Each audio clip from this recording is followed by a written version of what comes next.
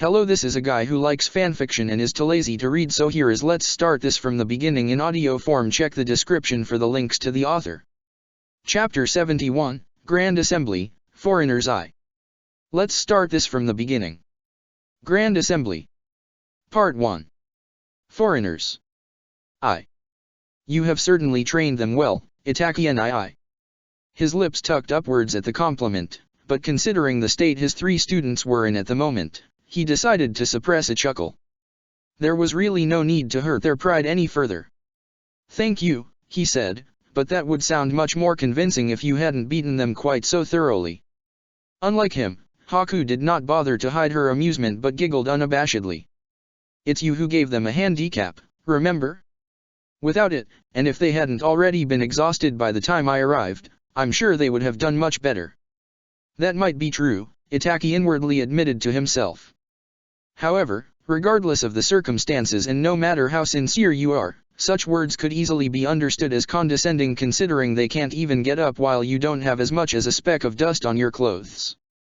Just give us 5 minutes, Kiba panted from where he was lying on his back a few feet away from them, not even managing to raise his head to look at them as he spoke. We only need a short break. After that, we will be right back on our feet.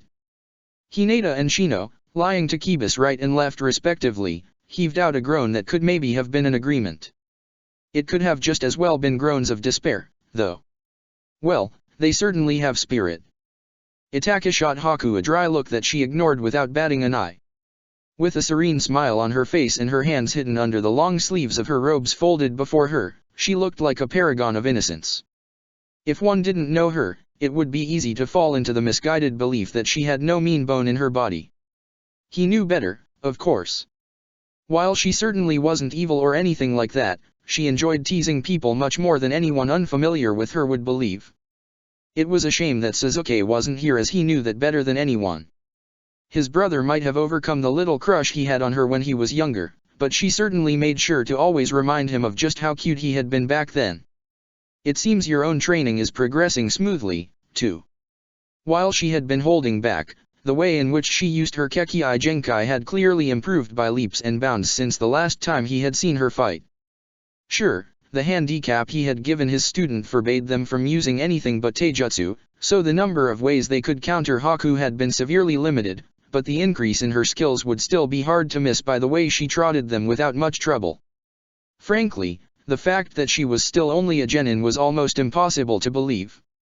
Thank you, she replied with a little bow. Then, without quite managing to hide her hopeful tone, she continued, maybe we could train together again sometime soon? We haven't done that in a while. She wasn't wrong about that. Taking a team of his own had definitely taken up much of his time. He hadn't had much time for anything else in quite a while, now that he thought about it. I think I should be free later this week, he told her, another smile forming on his face upon seeing her face brighten in excitement. I will let you know when I know a specific time. I'm looking forward to it. Unfortunately, before Itachi had the chance to reply, a flicker to his right turned his attention to the Umbu that had just arrived. He could make a good guess as to why they were here even before they spoke up. Itachi Uchiha, the Hokage wishes to speak with you. Although he masked it well, Itachi's first reaction to the old man's words was surprise. Might I ask why you want my team to participate, Hokage-sama? That was a valid question in his opinion. After all, it wasn't every day that the Hokage himself asked a Jonin instructor to sign their team up for the exams when they hadn't come forth to do so themselves as was appropriate. Judging by the understanding expression on his face, he didn't hold it against him to question his order. But then again, he had never been the kind of leader that expected his commands to be followed without question in most situations, so this was probably not very surprising. You are still up to date on our plans for the upcoming Chunin exams, I take it? Hiruzen asked mildly. When Itachi nodded in the affirmative, he took another puff from his pipe before continuing, in that case, you will understand the need to have as many qualified teams partake in these particular exams as possible, and for them to not only be qualified to participate but also be competent enough to at least reach the finals and potentially even win. That was true for every Chunin exams, of course. Itachi was well aware of the importance they held for the continued peace on the continent. Nevertheless, It wasn't customary for the Hokage to ask for the participation of a particular team. No matter who the team in question might be, it was up to their teacher to nominate them.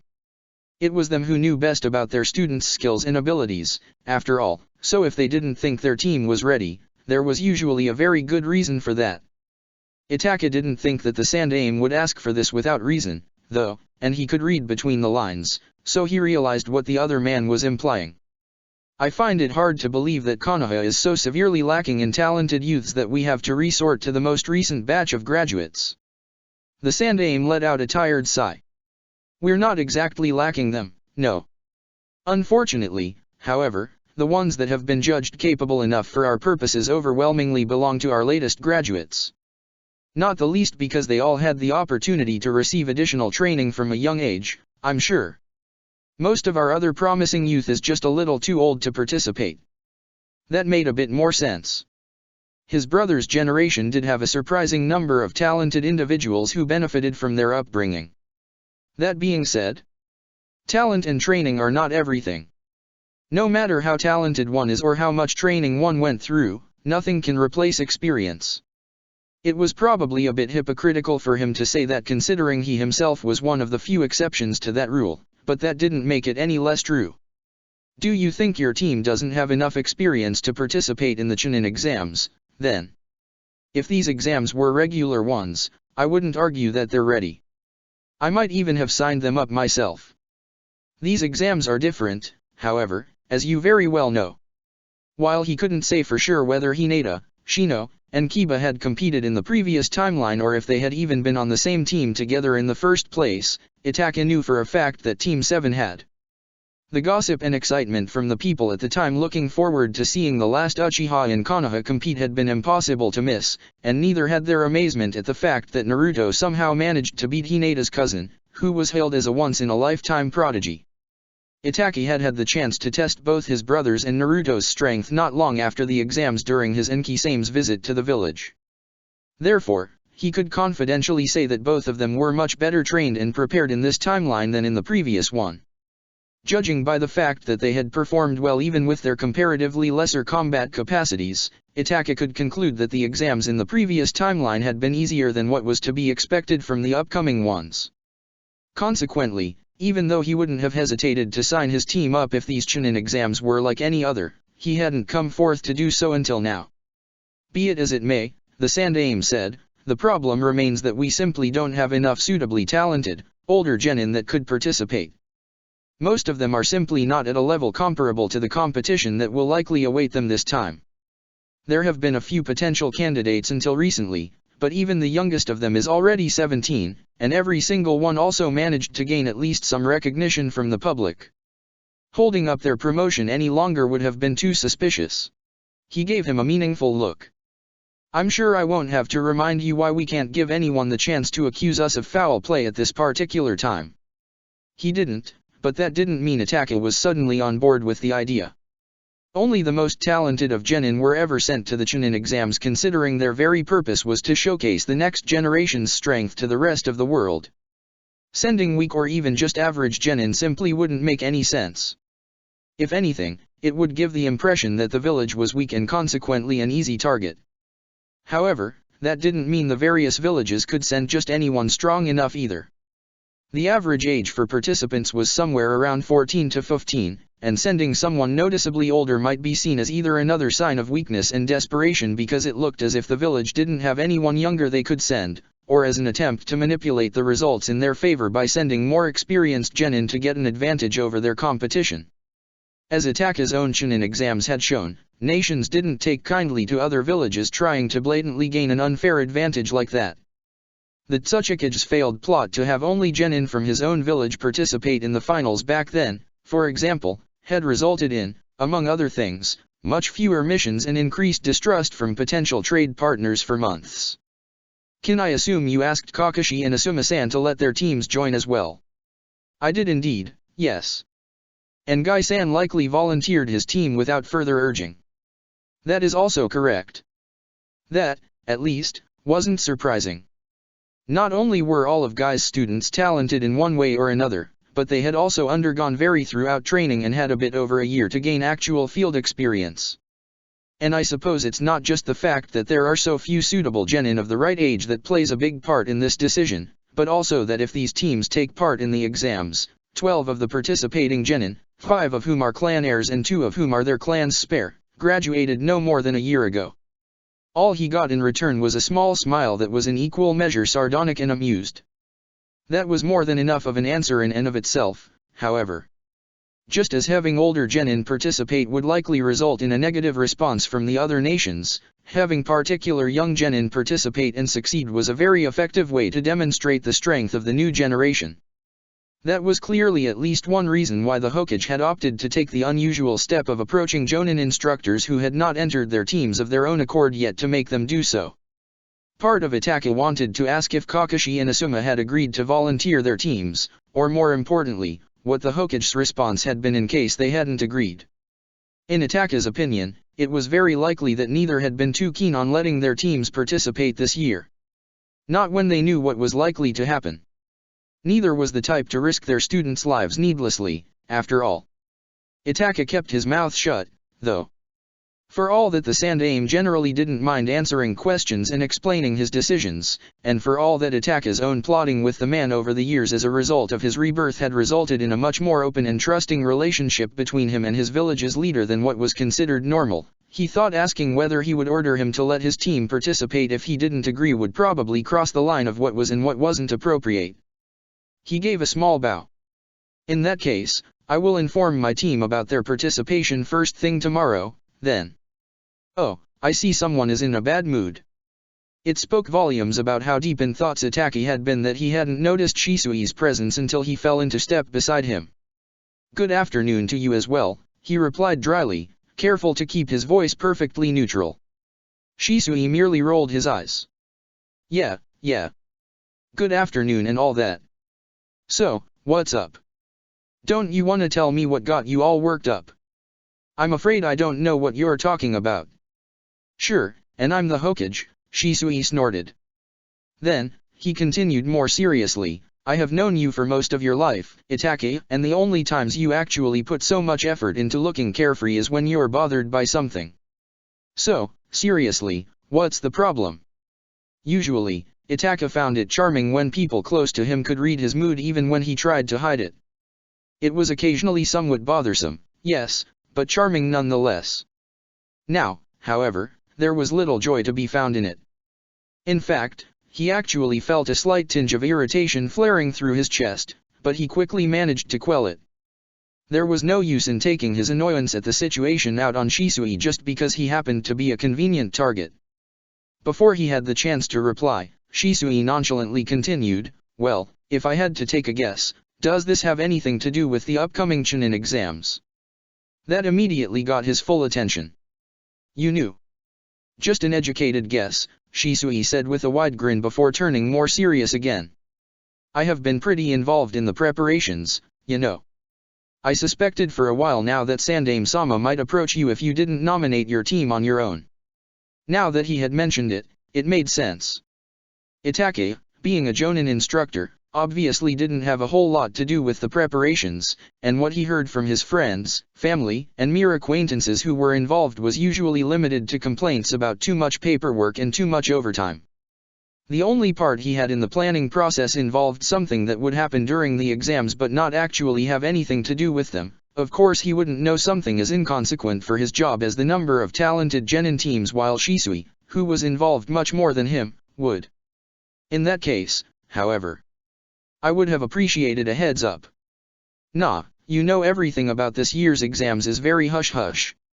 I'm technically not even supposed to know who's going to participate this far in advance. And besides, I couldn't know for sure if he would really approach you and thus saw no reason in potentially getting you worked up about what might end up as nothing. Itachi quirked an eyebrow at that. So it's okay telling me now that you know in advance who is going to participate already, then. Rather than feeling chastised and becoming flustered, Shisui only began to laugh before clapping his hands together in front of him and giving Itachi a sarcastic half-bow as they walked. It should be okay, right? Not like you are going to snitch on me or anything. He wouldn't, of course. After all, He knew that the only reason Shisui brought this up in front of him was that he knew Itachi was involved enough in their village's plans to be already aware of Shisui's involvement in them and what his task would be later in the exams. I don't know, Itachi said, his voice deliberately thoughtful. It might be a good lesson for you if I did. Just because he wouldn't actually do it didn't mean he couldn't tease his friend a bit. Their conversation had improved his mood, so he was feeling like it. Shisui stumbled and almost fell to the ground at his words, the action being so cosmetically over the top that it couldn't not have been intentional. Hey, Kmin, don't be like this now, he said, keeping up the act of being flustered by his threat much to Itachi's amusement. How about this? You don't snitch on me, and in return, I will look out for your team during the exams. That's fair, don't you think? While it was said jokingly, Itachi realized that Shisui really was trying to reassure him, and he truly appreciated it. Whatever little irritation he might have felt in the aftermath of his conversation with the Hokage had all but evaporated by now. Aren't the proctors for the exams supposed to be impartial? And yes, Itachi was aware of how ridiculous that statement was considering what they had planned. If Shisui noticed the hypocrisy of his words, he didn't show it. Instead, he just grinned. Well, friends sometimes have to break the rules for each other, right? I'm sure no one would even notice if I help them out a little here and there. If that's so, I will gladly entrust them into your capable hands, Itachi said with his best imitation of an innocent and nonchalant voice, which he saw made Shisui immediately raise his guard. I will hold you responsible if anything happens to them, then. For the first time since the start of their conversation, Shisui seemed to be genuinely startled. Wait, that's not what I... Shisui? Itachi.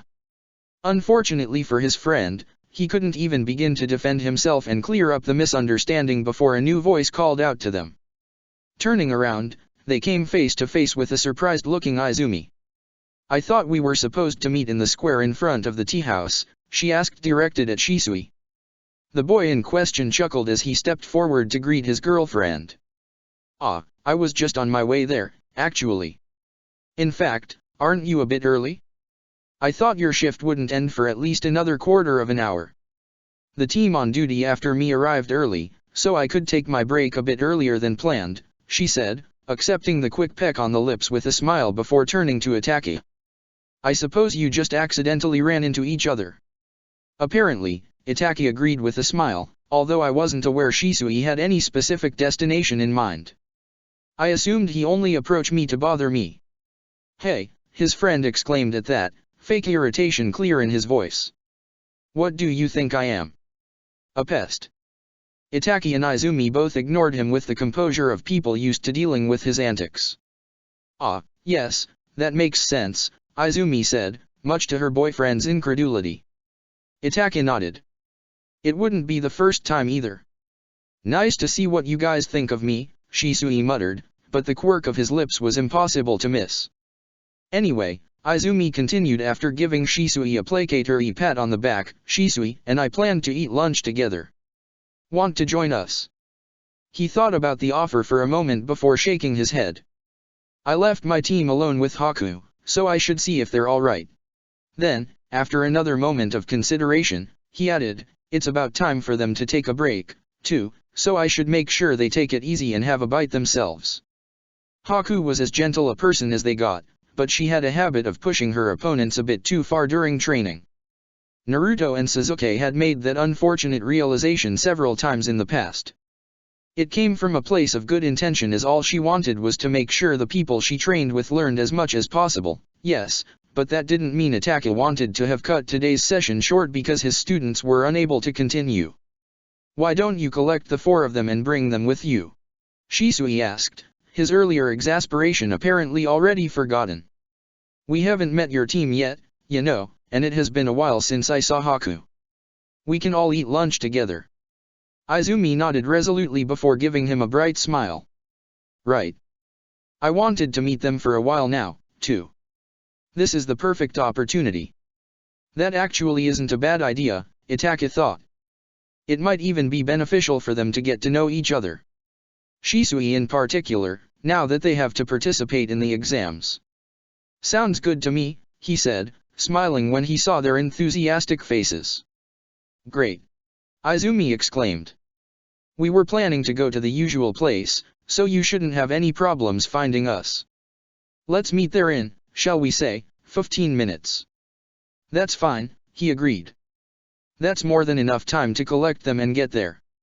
With that, they all said their goodbyes before heading off in different directions, Shisui and Izumi going ahead to their destination while Ataka first went back to the training ground where he had left his charges before following suit, a bunch of exhausted children in tow. "Man, what should I do?" "Huh. It's nothing. I was just wondering what I should do if I accidentally kill someone important during the exams. I'm kinda scared of what would happen if I provoked some other important nation." "Don't be ridiculous. People die all the time in these exams. Why would anyone care about one person more or less?" "But Kurui, what if I kill someone from a prominent family? Or even someone related to a cage? They might get super offended, demand from Kumo to surrender me to them to get even, and then kill me. Or they might get so angry that they instantly declare war. I don't want to be responsible for the outbreak of another war, Kurui." "Arg, shut up already, you damn idiot. There's no way something like that will happen." "But what if it does?" "It won't." "But..." "No. Both of you need to shut up," a third voice interrupted them, its calm tone only barely hiding the annoyance that simmered underneath. "This is getting nowhere, just like any other argument between you." "Oh, just stay out of this, Kurisu," Kurui snapped, her voice rising notably in volume. "This is between moi and me." "I don't know," the boy in question murmured just loud enough for everyone else to hear. "I don't mind if she puts a stop to it.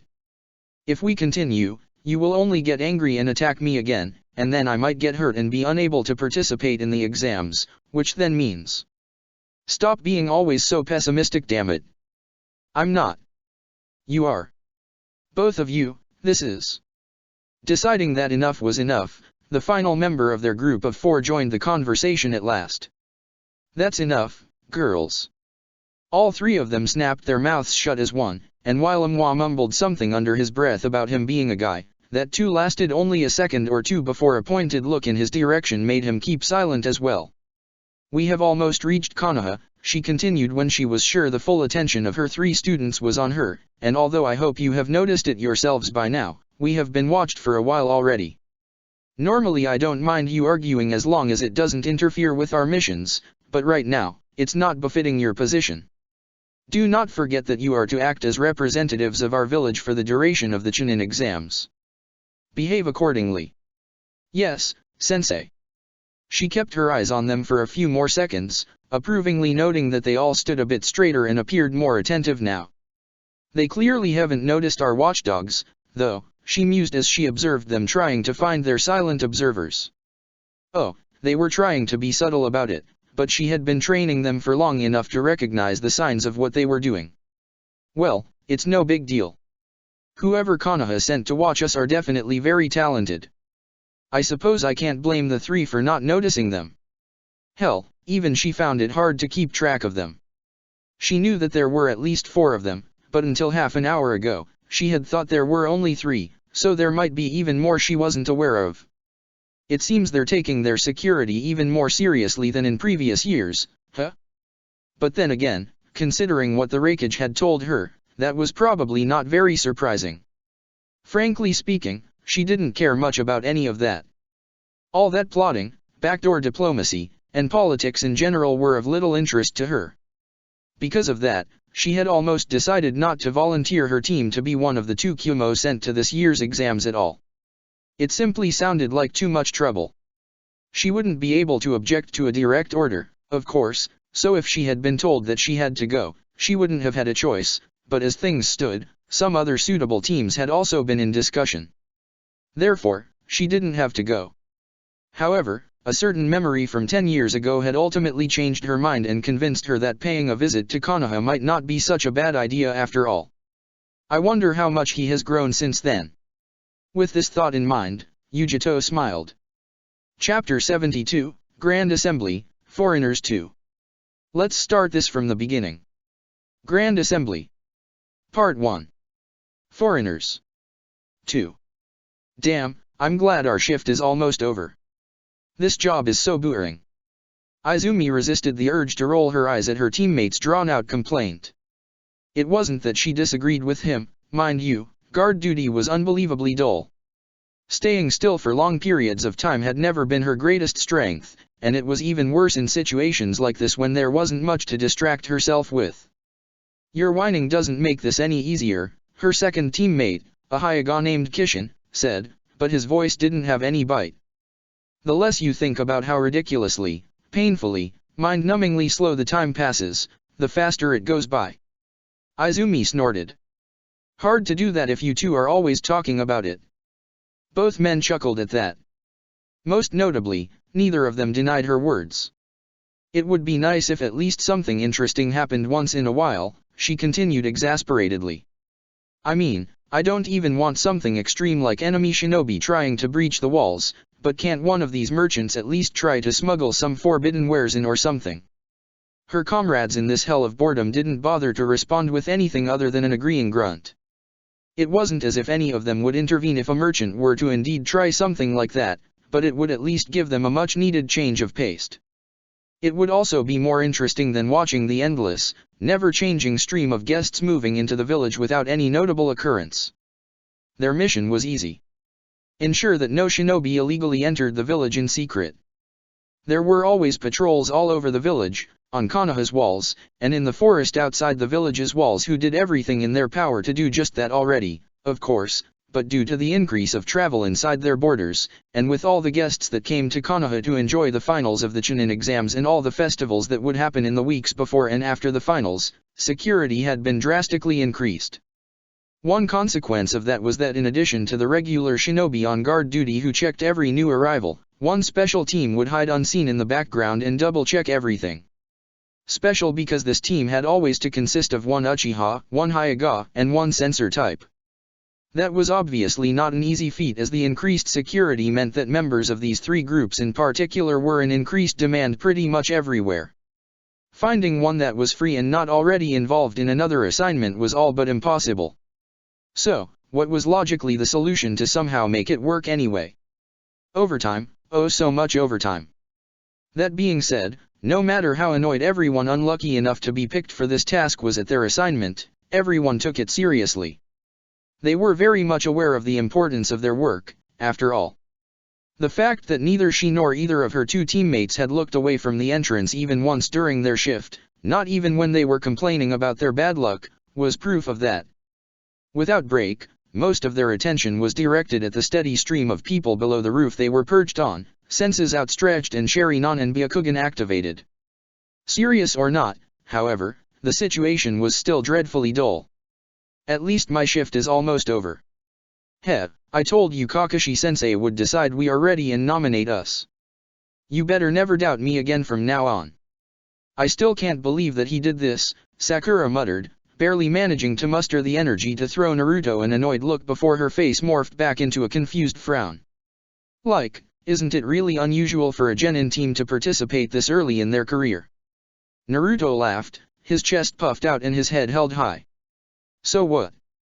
That just shows how awesome we are. But still. We did perform well, Sasuke mused, but while he didn't show it as obviously as Sakura, he was just as confused by this turn of events as she was. However, as much as I hate to say it, I don't think our track record is quite impressive enough to warrant this. Sasuke was confident in his team's abilities, and he wanted nothing more than to think their sensei had nominated them because he truly believed they were ready, but try as he might, he couldn't convince himself that this was the case. For all their hard training, they didn't go on a whole lot of missions and therefore didn't gain much practical experience, one of the most important things for a shinobi. Yes, their training was intense, but it wasn't the same as actual combat experience. Also, it had been only a little more than half a year since they had graduated. Sasuke was smart enough to realize that a village would usually not send their youngest genin into what was a display of power to discourage all the other nations from messing with them. What do you think of this, Sasuke? He looked up at the question, both his teammates having fallen silent as they waited for his response, and confronted with their expectant looks, all he could do was give them a forcefully nonchalant shrug. I suppose it's not without precedent, he said. My brother also took part in the first exams that took place after he graduated. They were even held early that year, so he had even less time to prepare than we. He had hoped that this would be enough to satisfy those two and allow him to fall back into his thoughts, but apparently, it did the exact opposite. Sakura frowned even more. No offense, but I don't think Itaka-sensei is a very good example of what is considered normal and what's not. Sasuke almost groaned at the honorific.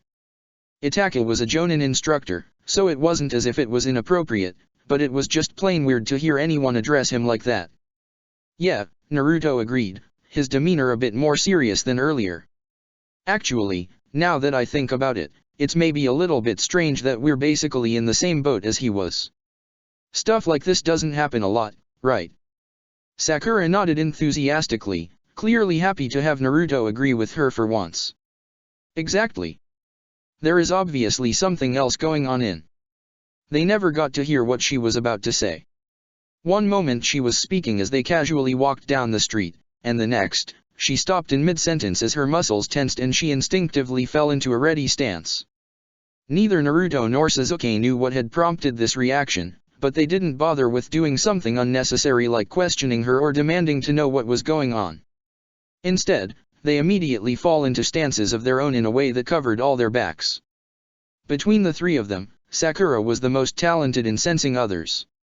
According to Kakashi-sensei, she even had the potential to become a sensor type in the future. Consequently, she was the one most likely to notice that they were being watched, and they trusted her judgment even if they didn't sense anything amiss themselves, even if it was in a supposedly safe location like inside the village. Who is there? Sakura exclaimed, not quite screaming but not far off either, and with a drawn kunao in hand. Her gaze was directed at a nearby tree, and after a few tense seconds of silence, a boy wearing a black, baggy full-body suit with a red and yellow circle on the front and purple face paint stepped forth onto a branch from behind the trunk. "Color me impressed for noticing me," he said haughtily, lips twisted into a cocky smirk. "Can't say I expected a bunch of kids to be this attentive. Maybe coming here wasn't a waste of time after all." Naruto scoffed.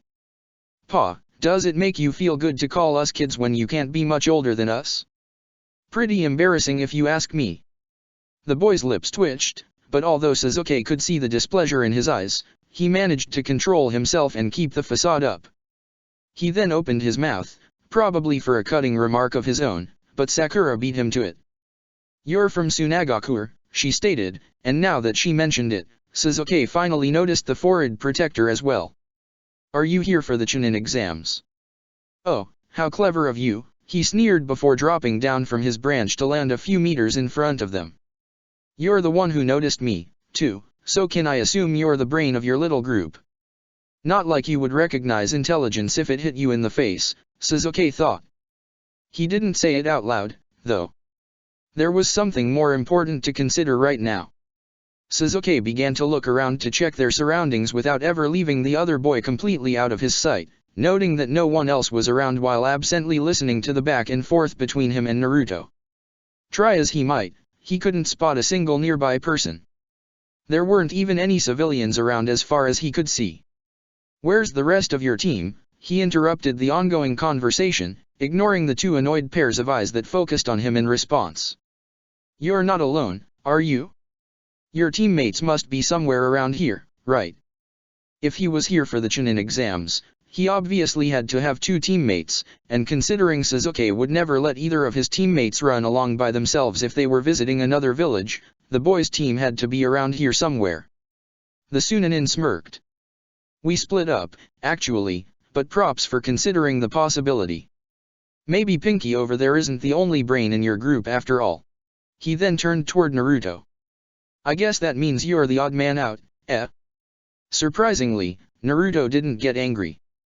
Instead, he merely grinned, and Sasuke knew he would somehow insult the stranger even before his friend opened his mouth. "At least I'm not some kind of groupie." The boy looked just as confused as Sasuke and Sakura felt.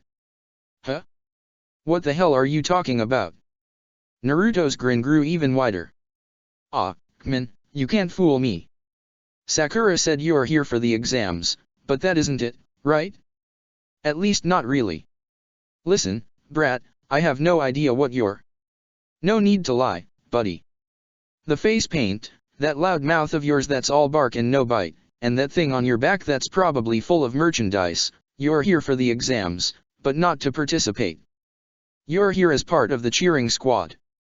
Sasuke had to admit that the gobsmacked expression on the boy's face was hilarious, and judging by the badly suppressed giggles coming from Sakura despite the situation, she apparently found it quite amusing as well. It seemed that comment was enough to finally push the boy over the edge, too. Whatever amusement Sasuke and his teammates might have felt at Naruto's joke vanished in the blink of an eye when the boy made to grab for that thing on his back. For all that Naruto's taunt had been funny, neither of them really believed for even just 1 second that it was actually filled with merchandise, and while it was impossible to say for sure what it was instead, it was in all likelihood some kind of weapon. The situation became tenser with every second. Should I use this? Sasuke didn't like the idea of showing one of his aces before the exams even began, but depending on how things went from here, he might not have any other chance. If there are any Umbu watching, now would be a good moment to intervene. You won't attack us, Sakura stated, trying, and almost succeeding in sounding more confident in her words than she actually felt. Oh, and why not? Because you're in the heart of Konoha.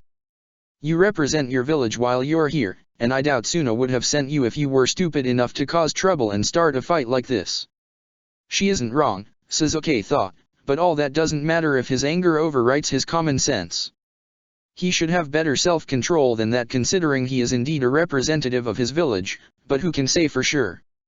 As it turned out, they would never find out. Are you seriously picking on a bunch of kids, Kankuro? Come on, leave them alone. There's no good reason for starting trouble when we have just arrived. Sasuke whirled around, his eyes wide, at the sudden sound of that female voice when he hadn't felt anyone sneak up on them. Barely 10 meters behind them stood 2 teens, one boy and a girl, with the latter apparently being the one who had just spoken. She had teal eyes and sandy blonde hair pulled in 4 consecutive pigtails. She wore a long-sleeved purple blouse under a gray top, a dark blue skirt, a long sash arranged in a bow, and a forehead protector put around her neck. Much more important, however, was the red-headed boy to her right, wearing a black bodysuit with an open neck, short sleeves, and almost full-length leggings. He also wore a white cloth over his right shoulder and the left side of his hips, and the most notable feature was the large gourd he carried on his back. How did they manage to get this close without any of us noticing? Sasuke thought, his heart beating wildly in his chest. Not even Sakura noticed them. This is bad. They didn't look particularly intimidating, especially considering both held corns of ice cream in their hands which Sasuke thought didn't suit the situation at all. But the fact that they evidently managed to sneak up on them without breaking a sweat spoke volumes about their skills. And as if that wasn't already enough, the new boy gave him the creeps. He could say why or what it was that unsettled him so much, but something about him simply screamed danger. They weren't even fighting yet, but Sasuke already twitched to activate his trump card in advance just in case. This isn't good, not good at all. Stay out of this, Temari, the boy that was apparently called Kankuro said without even looking at the girl. They have it coming, especially that blonde brat. Naruto opened his mouth, probably to shout an angry retort, but thankfully, the new girl beat him to it. Don't be stupid. You don't really want to explain to our father that you started a fight less than an hour after we arrived, do you? I'm sure he will understand if I explain that I did it to kick some competition out of the exams before they even started. That made her look at them with renewed interest for a few moments, but then, much to Sasuke's irritation, she seemed to judge them as no threat and just shrugged before turning back to her brother. So what?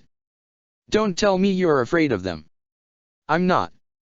Gaara, she continued without giving him the chance to finish his sentence while turning to the boy next to her, and Sasuke had to blink in surprise at the change in her tone, where she sounded annoyed and bored before, she now sounded almost sickeningly sweet. Support your big sis and tell him that he's being an idiot, would you? This Gaara person hadn't even paid attention to the conversation until then, instead looking around the area with a bored expression on his face while slowly eating his ice cream, and even now that he turned towards them, that expression didn't change in the slightest. Stop it, Kankuro, he said, his voice nearly devoid of emotions were it not for the tinge of exasperation in it. "You're being an idiot."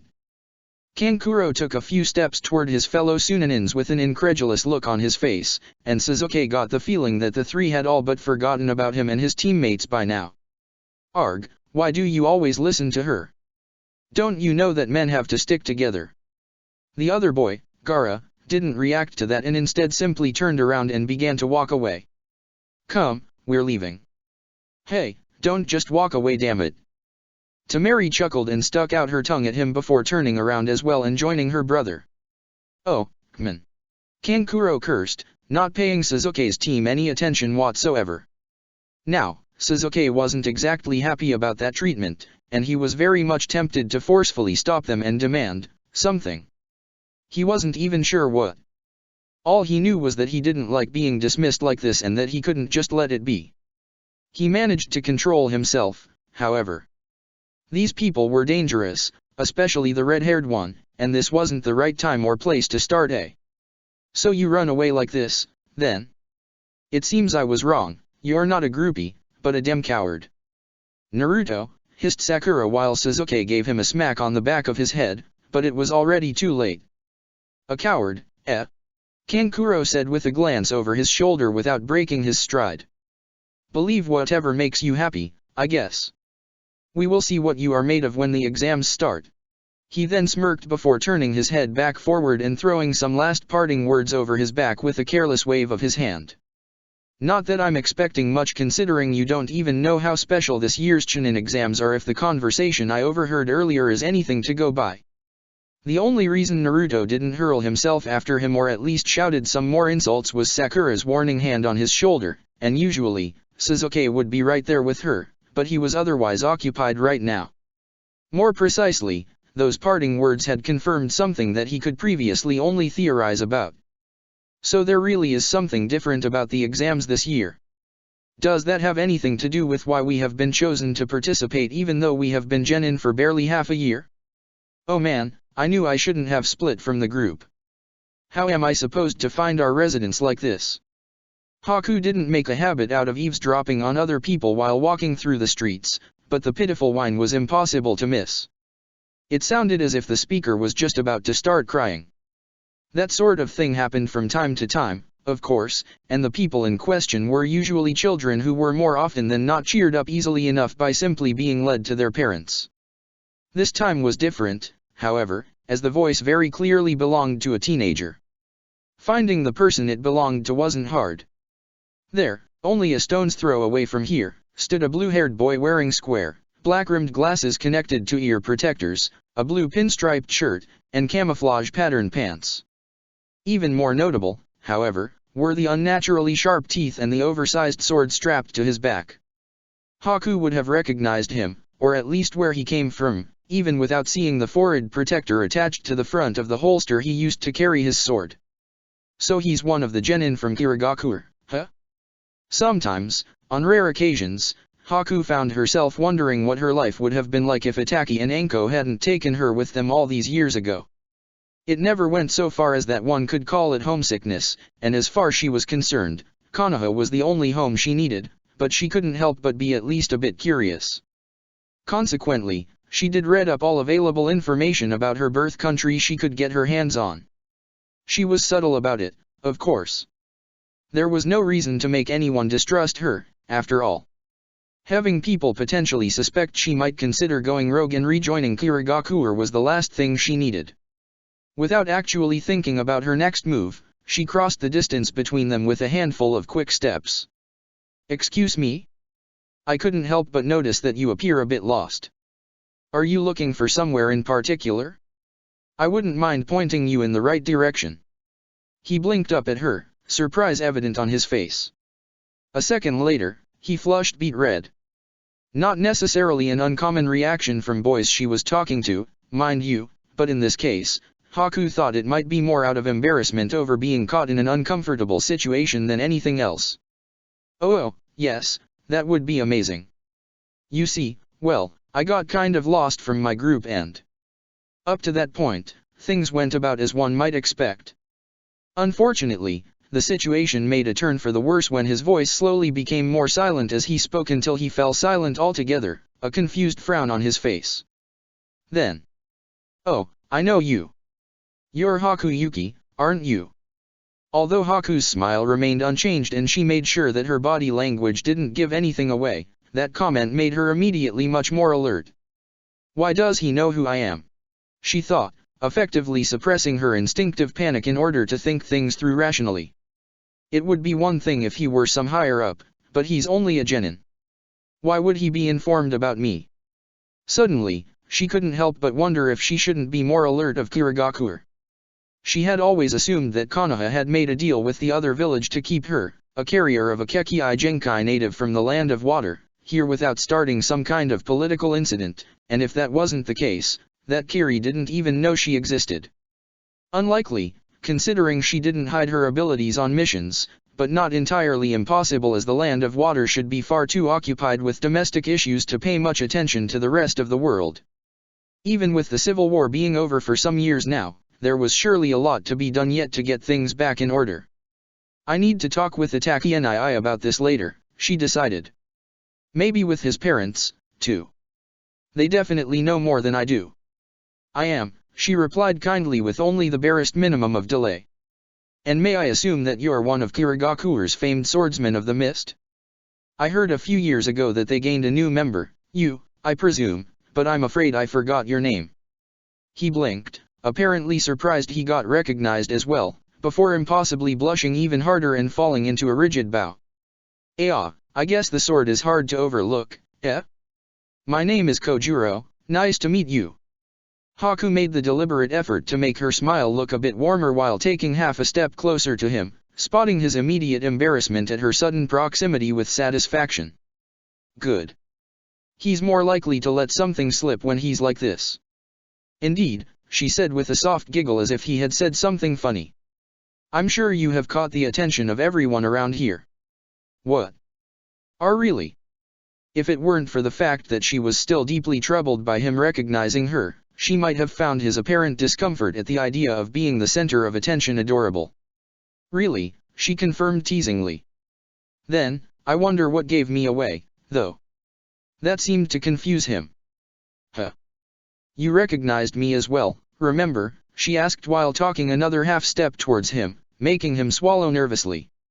Unlike you, I don't carry such an impressive sword with me, you see, and I don't think I'm quite famous enough yet to be recognized on sight, so I'm merely wondering what gave me away.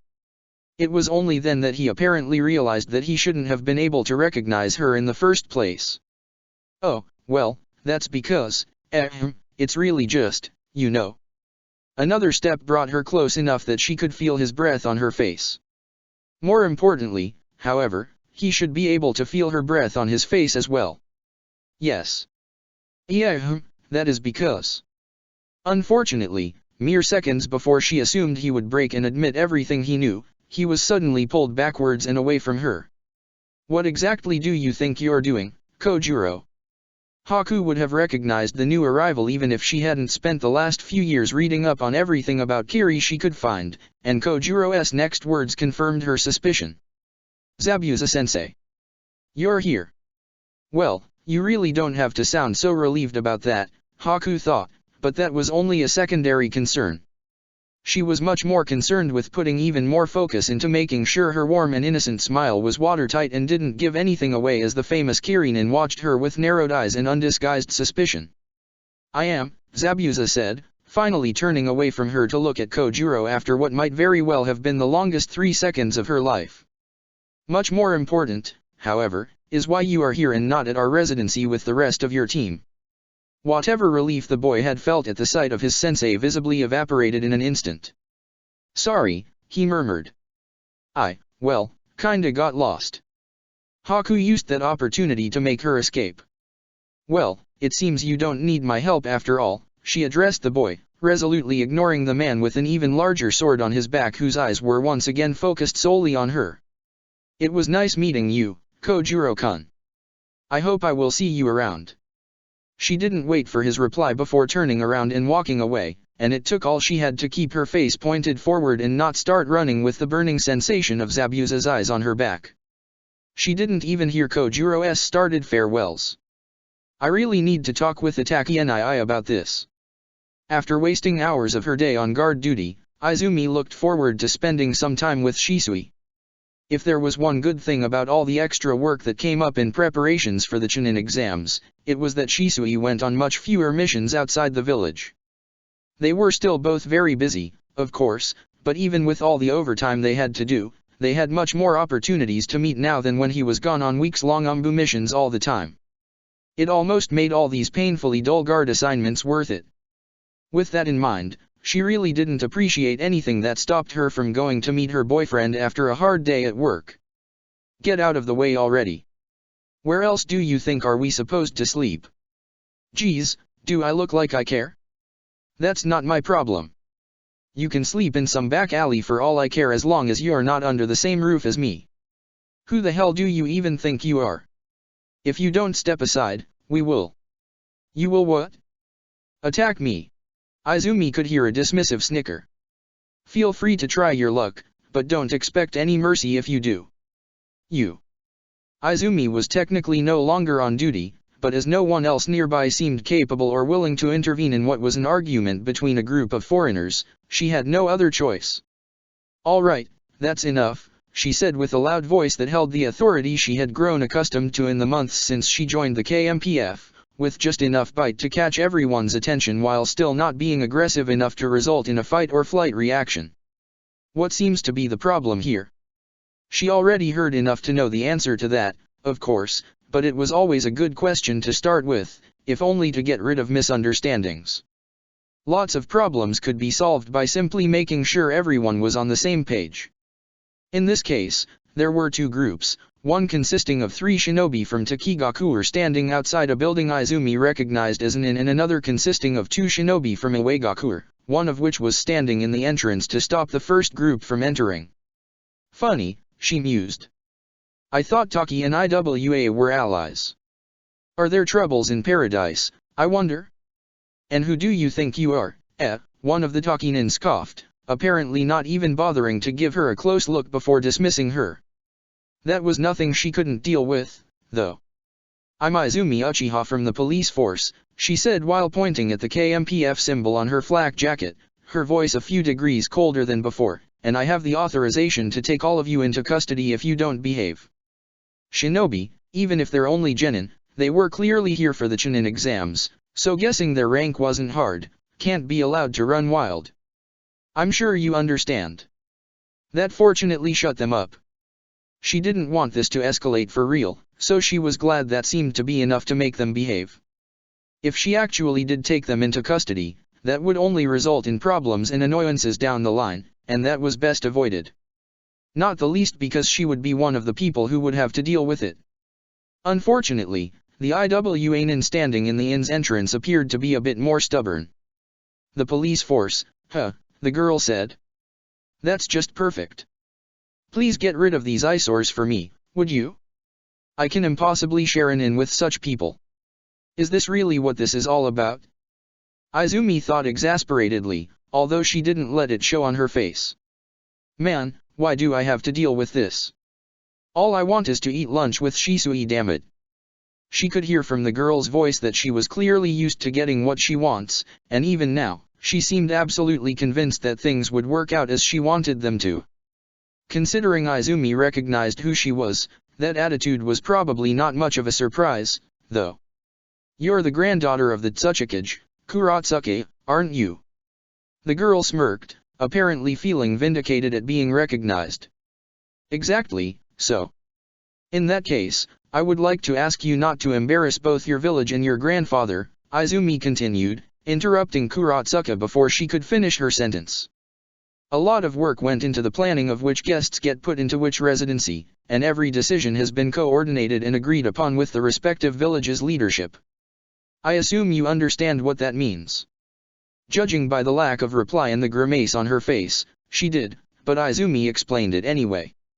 It means that your grandfather agreed to put you together with the participants from Takigakure. Therefore, it will be you who will be removed from the inn if you don't cease causing trouble, and you who will then explain to him why you were arrested when all you had to do was adhere to his decision. Maybe it was unbecoming of her, but Izumi enjoyed berating the girl like this. It wasn't exactly the height of professionalism, but considering she had had a very tiring day, and with the fact in mind that Konoha and IWA had been at odds for ages now, she didn't feel bad about it at all. In fact, it was actually rather refreshing. Let it be, Kuratsuki, the second IWA-nin, a large and heavy-built boy who seemed almost too old to be a mere genin and who had stayed in the background so far, said with a tired sigh. It's not worth the trouble. The girl didn't look happy about it at all, and Izumi honestly expected her to continue arguing if only because calming things down had been almost too easy so far, but much to her surprise, she just scoffed and turned around without another word. Weird girl, Izumi thought absently as she accepted the words of gratitude from the Takinins and the surprisingly honest apology from the IWA-nin who was apparently called Akatsuki. Well, I suppose growing up spoiled would do that to anyone. I should probably count myself lucky that she wasn't worse. With this final thought, she put the whole episode out of her mind and made her way back to the place where she and Shisui had arranged to meet after her shift was over. I can't believe he sent us away like this, Kiba complained as he walked to Hinata's right with his hands clasped behind his head, an annoyed look on his face. You would think he would increase our training since he was the one who signed us up for the exams in the first place, not give us the day off. It's important for our bodies to get rest in between training periods. If they don't, we will only collapse. I, for my part, am glad Sensei understands this. Hinata subtly tilted her head toward the ground so that neither of her teammates, who were walking on either side of her, would see her smile. Shino always acts as if talking to Kiba is a chore, she thought with amusement, and yet he's also always the first person to reply. She agreed with him, though. For the last 2 weeks, ever since their sensei had told them about their upcoming participation in the Chunin exams, their training, both as a team and with their families, had increased tenfold. In her case, that meant warming up with Lee in the morning, which could be a training session all by itself if she was being honest, followed by meeting up with her team, and then ultimately additional lessons with either her uncle, Niji, or both. Hinata was in all honesty surprised that her father hadn't insisted on increasing his lessons as well. However, rather surprisingly, he had done the exact opposite and decreased them, stating that too much training would only be detrimental to her progress and therefore cancelling all of their practical lessons together for the time being. Thankful as she was for him being so considerate, and bad as she felt for thinking it, she couldn't help but feel that behavior was rather odd. Nevertheless, as there was nothing she could do about it anyway, she put the thoughts about it out of her mind. Still, Kiba continued, evidently not at all appeased by Shino's logical reply. Even if we hadn't trained for real, Itaka-sensei could have taught us something. A hint or two on what we can expect would have been nice, you know. I very much doubt he would be allowed to tell us anything, Kiba. Doesn't matter much if no one knows that he did, now does it? I'm sure some of the other teams got hints. Noticing the subtle signs that Shino was about to lose his calm and realizing that he was probably about to say something a bit more mean than necessary, Hinata quickly spoke up before he had the chance to do so to avoid them starting an actual argument in the middle of the street. That's actually a really good point, she said, not even having to fake the enthusiasm in her voice. Even if Sensei can't tell us anything, I'm sure someone can. He always says that information gathering is one of the most important skills for a shinobi, right? Why don't we ask our families if they can tell us anything? In hindsight, that should have been one of the first things they should have done. In their defense, however, with how busy they had been for the last 2 weeks, the idea simply never crossed their minds. Shino seemed to actually consider that idea, but for some reason, Kiba looked kinda awkward. Yeah, well, I kinda already did that, you see, he mumbled, awkwardly scratching his cheeks and not meeting their eyes.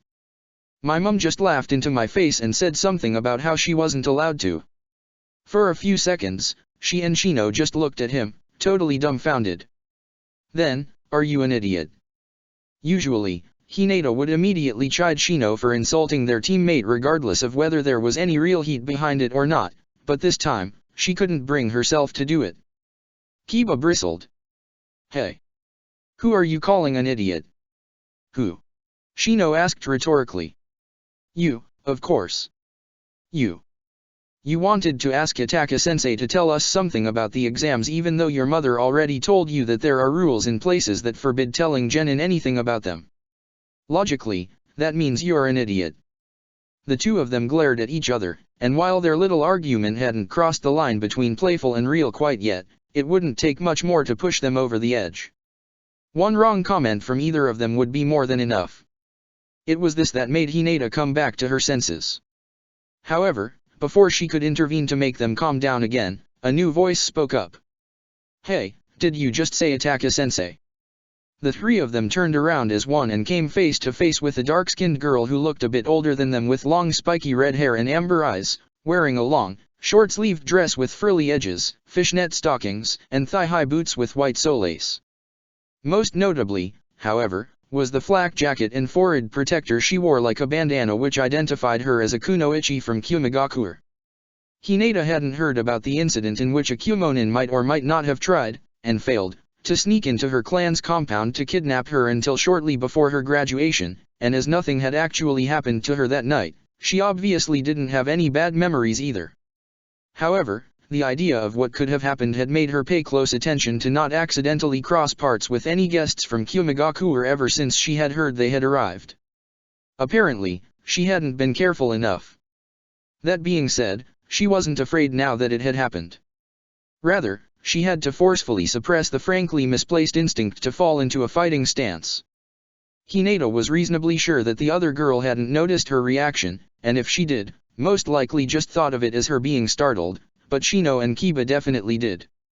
Which was probably why they immediately forgot about any and all misgivings they might have had with each other just a moment earlier and took half a step forward to function as some kind of protective shield between the newcomer and her even though they had no way of knowing what it was that bothered her. And what if he did? Kiba asked, and although his voice was much calmer and more controlled than just seconds earlier, there was no mistaking the hostile wariness in it. Got a problem with that? Surprisingly, the girl didn't seem offended by his tone, and if anything, the grin that slowly spread over her face made it seem like she actually liked his attitude. Oh, quite the opposite, actually, she said. I didn't know Ataki Uchiha got a genin team. I'm not one much for gossip, so I must have missed the news. My sensei will be happy to hear this, though. A casual observer, of which there were many, considering they were speaking in the middle of a busy street, wouldn't have thought of Shino's voice as anything but perfectly neutral, but Hinata could hear the frown in his voice when he asked, and why would a shinobi from Kyumegakuer be happy about such a thing? The girl shot him a predatory smile. She and he still have an old score to settle, you see. Then, before anyone could reply to that, she turned her head around and shouted, Hey, moi, Kuroso, get over her and look what I have found. Almost instantaneously, a male voice called back with a tired drawl, Please don't tell me you offended someone important and started some kind of international incident. I don't want to be thrown into prison, Kurui. I didn't start anything, idiot, the girl who was apparently called Kurui called back, clearly aggravated. Just get your ass over here and see for yourself. It became quickly very clear who she was screaming at, the forehead protector easily giving the approaching boy away as another Kumonin. Other than that, he had short, spiky white hair, skin just as dark as Kurui's, and wore an overlong shirt with a hood, red bandage hand guards, shin guards, and a Kyumegakuer flak jacket. He also had his hands packed with piles of sweets and souvenirs to the point where one had to wonder whether he was actually seeing where he was walking, making him look like a stereotypical tourist rather than the shinobi he was. What the hell do you think you're doing with all that stuff? Kurui exclaimed upon seeing him, turning around from Hinata and her team for good to focus solely on him. What do you even want with all that rubbish? It's no rubbish, the boy defended himself. It's sweets and souvenirs. The exams start in 4 days, and if we lose in the first round, we will have to return home immediately. There won't be any time to get anything if that happens, and I don't want to return empty-handed, so I thought. Don't be stupid. Don't you remember what Sensei told us? We're here to represent our village, not to act like some kind of tourist. There was a short pause. Then, so you don't think Reikage-sama will like the pack of protein bars I bought him? You did what? It was at this point that Hinata decided to take a step past her teammates' protective forms to stand beside them. She appreciated their concern, she really did, and the fact that they were so quick to protect her made her feel warm in her chest, but she didn't need to be protected, especially not in this particular situation. "Excuse me," she said loud enough to catch the attention of the pair before them that was still arguing. "You mentioned something about your sensei having an old score to settle with ours. Would you mind elaborating on that?" Hinata allowed herself a second to mentally pat herself on the shoulder for making her voice sound simultaneously more polite than her teammates while still upholding an aloof sternness appropriate for talking with someone who, while not quite an enemy, would be a future opponent very soon. Ota-sama would be proud. Unfortunately, whatever reaction she had expected to her question, the boy collapsing to the ground with a metaphorical cloud of despair over his head wasn't one of them. Hinata blinked, suddenly unsure of herself. Is that my fault? Future opponent and shinobi from Kumigakure or not, she couldn't help but feel a little bad upon seeing the pitiful form of the boy before her. "I doubt it," Shino commented, now sounding more annoyed than anything else. "I don't see how anything you have said could have realistically resulted in that." Even Kiba seemed too confused at the situation to remain hostile. "So, is he some kind of idiot, then?" It was surprisingly Kurui who replied. "Yes," she said dryly, pinching the bridge of her nose in an obvious sign of just how done with her teammate she already was. "He very much is." Then, addressing the boy, she asked, "What are you crying about now, moi?" His answer didn't give away much, though. "What am I going to do, Kurui? This is bad, so very, very bad. How am I supposed to know if you don't even tell me what your damn problem is? This isn't good at all, oh no. Something like this wasn't supposed to happen." One could almost see the murderous aura surrounding Kurui as she made a threatening step towards him, to the point where Hinata was almost surprised that no Umbu had appeared yet to investigate. "I swear, moi, if you don't get a grip right now and tell me what got your pants in a twist, I'm going to kill you here and now before participating in the exams with only Kurusu." That made the boy look up, at least. However, for some reason, he looked first at Hinata with a weird look she couldn't quite read before turning to his teammate. "It's terrible, Kurui. We're from different villages, but she's also the most beautiful girl I have ever seen. Our villages would never allow us to be together, and even if we were to elope, we will be hunted for the rest of our lives. I never wanted to be part of such a tragic love story." Everyone, including No, especially Hinata, needed a few seconds to realize what he just said. When the words set in, however, Hinata blushed beet red on the spot, anything else she might have felt before all but forgotten.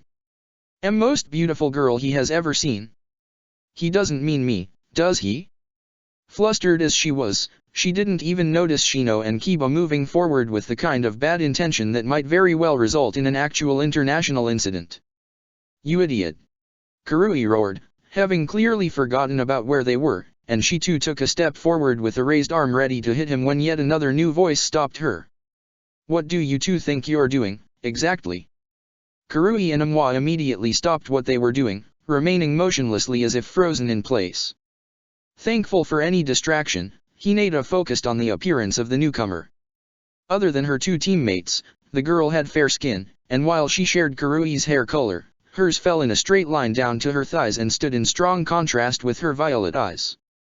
Her clothes consisted of dark pants and a sleeveless top, white on the right side and gray on the left, with a red line separating the two halves and lapels at the front and back, which hung down all the way to her ankles and was fastened with a red belt around her waist. And judging by the stern expression on her face, she wasn't likely to fool around like her two teammates. "I leave you alone for 3 minutes, she continued when the two didn't say anything in their defense, "and you somehow managed to make a scene in front of all these people. Do you think this behavior is appropriate for shinobi from Kumigakure?" That pulled them out of whatever spell they had been caught in as Amwa jumped to his feet while Kurui grumpily crossed her arms. "He was causing a scene," she said stubbornly as if she hadn't been at least half the reason all the people around them were staring while ignoring the boy's indignant protest, "not me. Besides, look what I have found. These 3 are students of Itaki Uchiha." That made the new girl, who Hinata supposed must be Kurusu, look at them for a few seconds, her stern face briefly turning curious before dismissing them and turning back to Kurui. Do you really think that explanation will be sufficient for Sensei when she hears what a ruckus the two of you have caused? Well, Before she could finish, Shino, and Hinata was actually somewhat surprised that it was him instead of Kiba, interrupted her, his voice stern enough to match Kurasu's expression. Speaking of which, we would still like to know what you meant when you said your sensei had a score to settle with ours. I think you owe us an explanation after all this commotion. Both girls simultaneously opened their mouths, but, again, yet another voice beat them to it. Yes, I quite agree. Having someone explain what's going on here sounds like a wonderful idea. Seriously? Hinata thought, feeling exasperated against her will. Another one. In any other situation, the constant appearance of ever more new people might have been somewhat amusing, but it was honestly becoming exhausting and, considering the newest person was clearly the sensei of those three Kumonins and therefore a Jonin, maybe even a bit threatening. Amwa was the first to respond. Yujito-sensei, he exclaimed, trying and failing to hide his panic behind a very fake-sounding chuckle. What are you doing here? I thought you said you wanted to check out the hot springs. The blonde woman raised an unimpressed eyebrow. I wanted to, yes, and I would have loved to do just that, but unfortunately, a certain tumult involving two of my students forced me to abandon these plans. You don't happen to know what that was about, do you? Kurui and Amwa withered under the twin stares of Kurasu and the newly arrived Yujito. No matter how hot-tempered the former and, well, weird the latter were, they evidently didn't want to get on the bad side of their remaining teammate and sensei. You see, it's just that. I was just buying souvenirs and then Kurui.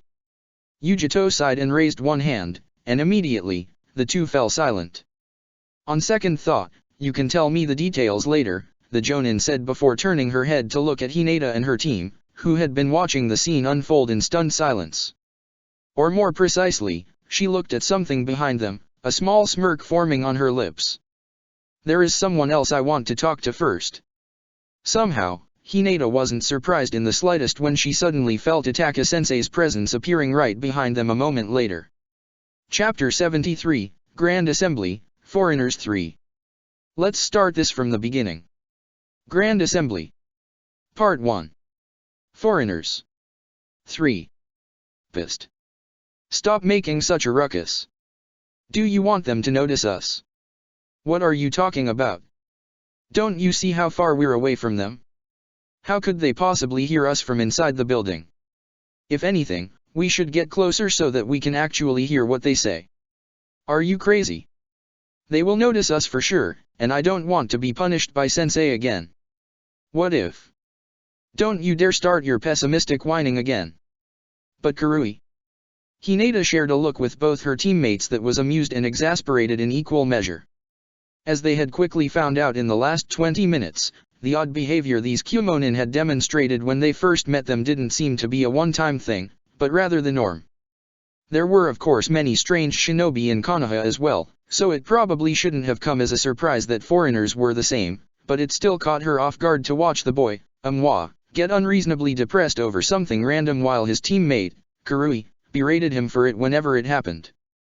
Kurasu-san might have had the right idea, she thought with an inward sigh, finding herself actually envying the third genin from Kumagakure they had met a little bit earlier. Going home or getting something to eat somewhere else would have been much less nerve-wracking. Their group of 5, consisting of Hinata, her 2 teammates, and Kurui and Amwa, was currently crouching behind a hedge on the opposite side of the road from the restaurant their team's respective teachers had entered together a minute ago. Officially, both their teams had been dismissed and sent on their way not long after the 2 adults had appeared in their midst to stop their argument, but as was to be expected, none of them had been very eager to just let them be when it became clear that the 2 planned to catch up with each other over lunch once they were gone. Well, other than Kurasu, that was. Where Amwa, Kurui, Shino, and Kiba had demonstrated impressive inter-village cooperation in immediately agreeing to team up to spy on their teachers, the other Kunoichi had merely scoffed and called them idiots before setting off, not interested in joining them in the slightest. Hinata had found herself somewhere in the middle of these 2 groups. On one hand, she was curious about what Ataka-sensei would have to talk about with that foreign Kunoichi, but on the other hand, she also was an advocate of not doing to others what she wouldn't like being done to her, and as she didn't think she would enjoy being spied on during a private conversation, doing just that to her sensei didn't sit quite right with her. She really was very curious, however, and someone had to watch over her teammates to make sure they wouldn't cause too much trouble, so she ultimately reasoned she might as well join them. Not that we are likely to overhear anything they don't allow us to overhear anyway, mind you, she thought while continuing to listen with one ear as her companions discussed the merits of trying to get closer to their targets. Not unless the other four of their group might have to get close to find out what their sensei were talking about, but as a Hyuga, Hinata wasn't that limited. The Byakugan was a very useful tool to spy on people, and combined with her ability to read lips, it meant she could spy on them even from their position behind the hedge. So when she subtly fell a bit further back from her still arguing companions to activate her Kekii Genkai unnoticed a moment later without saying a word to inform them of her intentions, well, they would never have to know, now would they? After all, there was no reason to intrude on Itaka-sensei's privacy more than absolutely necessary. These students of yours certainly are lively, especially the Inyazuka. Itaki inclined his head in agreement, lips tucked upwards in amusement as he threw a sideway glance through the window to his left to where the 5 genin were currently trying and failing to hide from them. I dare say, the same goes for yours. Yujito snorted before leaning back in her seat, one arm casually thrown over the back of the bench on her side of the booth they were sitting in. Fair enough, although it was your students who at one point seemed only one step away from attacking the mine, not the other way around. What kind of impression would it have made for some Konohananin to attack invited guests, I wonder? Almost starting a fight is not the same as actually attacking someone, Itaki replied easily enough. Speaking of impressions, however, I wonder what people might think when they hear that a foreign shinobi not only declared their love for one of my students but also mentioned the possibility of eloping with her. Last I heard, defecting from one's village for any reason was rather frowned upon. Especially when the foreign shinobi in question hails from the village that tried to kidnap the involved girl a decade earlier, part went unsaid, but Itaka was confident Yujito would get the implication anyway. However, if she did, she certainly didn't show it. It's no secret that boys tend to act silly in the presence of pretty girls at that age. I'm sure people will recognize that Amwa's behavior was nothing but an overzealous display of the foolishness of youth. Then, her smile grew wider and cat-like, making her fittingly resemble the bijou sealed within her. It's interesting that you know of that declaration, though. I was under the impression you only arrived after I did. Don't tell me you were spying on your own team in case they were causing trouble? One has to wonder whether you trust them at all. Don't underestimate the speed with which gossip spreads through Konoha, he said dryly, well aware that Yujito would be able to look right through that blatant misdirection but also knowing that she had no real way of proving that he wasn't telling the truth and therefore simply didn't bother to come up with something more convincing. Besides, didn't one of your students mention that you intended to seek out the hot springs? It's interesting how you managed to show up where you did, considering the hot springs are on the complete opposite side of the village. One could almost come to believe you lied to them and then secretly followed after them because you didn't trust your own team to behave on foreign soil. Yes, many people would probably come to such a conclusion, incorrect as it may be, Yujito said with a careless wave of her hand, evidently no more bothered by his accusation as he had been by hers moments earlier. The truth is much less interesting, I'm afraid. I really did want to check out the hot springs, you see, but I unfortunately got lost on the way. It was mere coincidence that I stumbled into our teams when I did. Almost against his will, Itaka found himself genuinely amused by her reply. Just like he had done earlier, she didn't even try to sound convincing when she fed him that obvious lie, well aware that it was a reasonable enough excuse and that he had no way of actually proving that it was anything but the truth and therefore wouldn't be in a position to openly doubt her. For a few seconds, the two of them remained silent.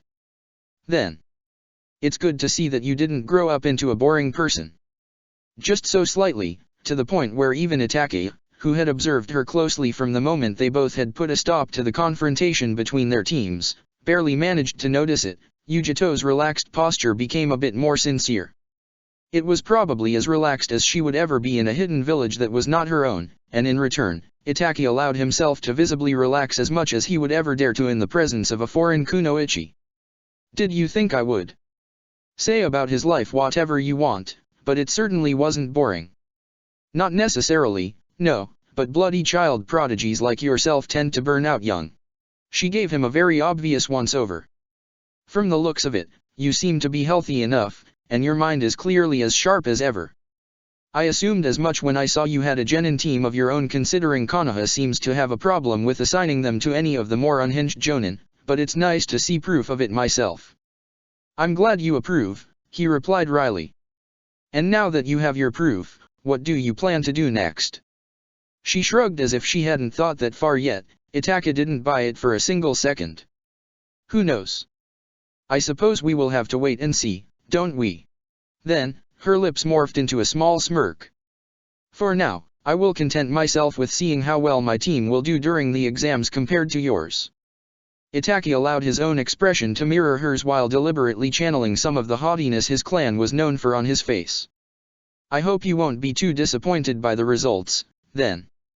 He wasn't usually the kind of person that got carried away by things like competitions, but interestingly enough, he found that he actually did feel competitive when it was about his team instead of himself.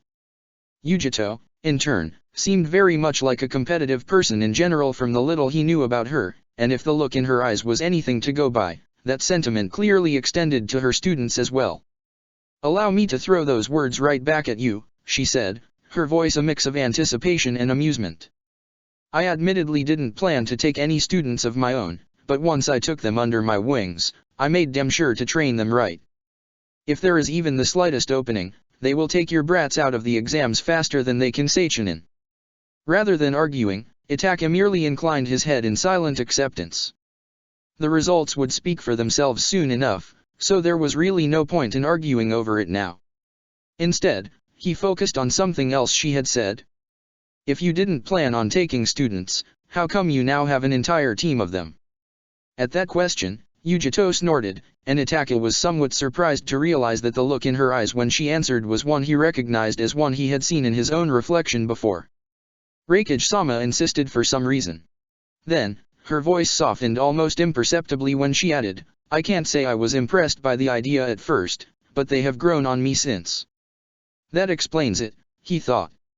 While he hadn't exactly been against it when the Sandaime told him to take on a genin team, he hadn't really been convinced of the idea at first either. Only later, when he saw how talented Shino, Kiba, and Hinata were and how much he was learning himself just by teaching them, did he realize what a great opportunity this whole experience was for him. What about you? I doubt it's normal for jonin instructors to be as young as you unless there is a shortage of capable shinobi, which isn't something Konoha struggles with as far as I know. With his realization about the similarities between them fresh in mind, it wasn't hard for him to decide how to reply to that. Hokage-sama insisted for some reason, and while I wasn't convinced at first, I have to admit that I have come to enjoy being a teacher since. Judging by the look on her face, Itaka thought she either wanted to laugh or punch him in the face for so blatantly copying her own answer to that question. Not that he thought she had any right to complain, mind you, she had after all done the exact same thing mere minutes earlier. Fortunately, a waiter arrived with the drinks and menus before she could decide which response would be more appropriate, and it wasn't just any waiter either. Oh, it's you. Yujito's voice was a dry drawl as she said that, but the absolute lack of interest or curiosity in her voice and body language both were evidence in and of itself of just how interested she was in the appearance of the newcomer. The target of her attention, however, barely dignified her with a glance before ignoring her completely in favor of focusing on Itaka. Of all the people I expected you to potentially show up here with eventually, I can't say I saw this one coming. Itaka gave his old friend a small smile, inwardly thinking that this was hardly his fault. He very much doubted anyone could have predicted this turn of events. I wasn't aware you were expecting me to bring someone here at all. Oh, I'm hardly the only one, Yukio chuckled, and it was only because Itaka knew him for many years that he could tell how forced the action actually was.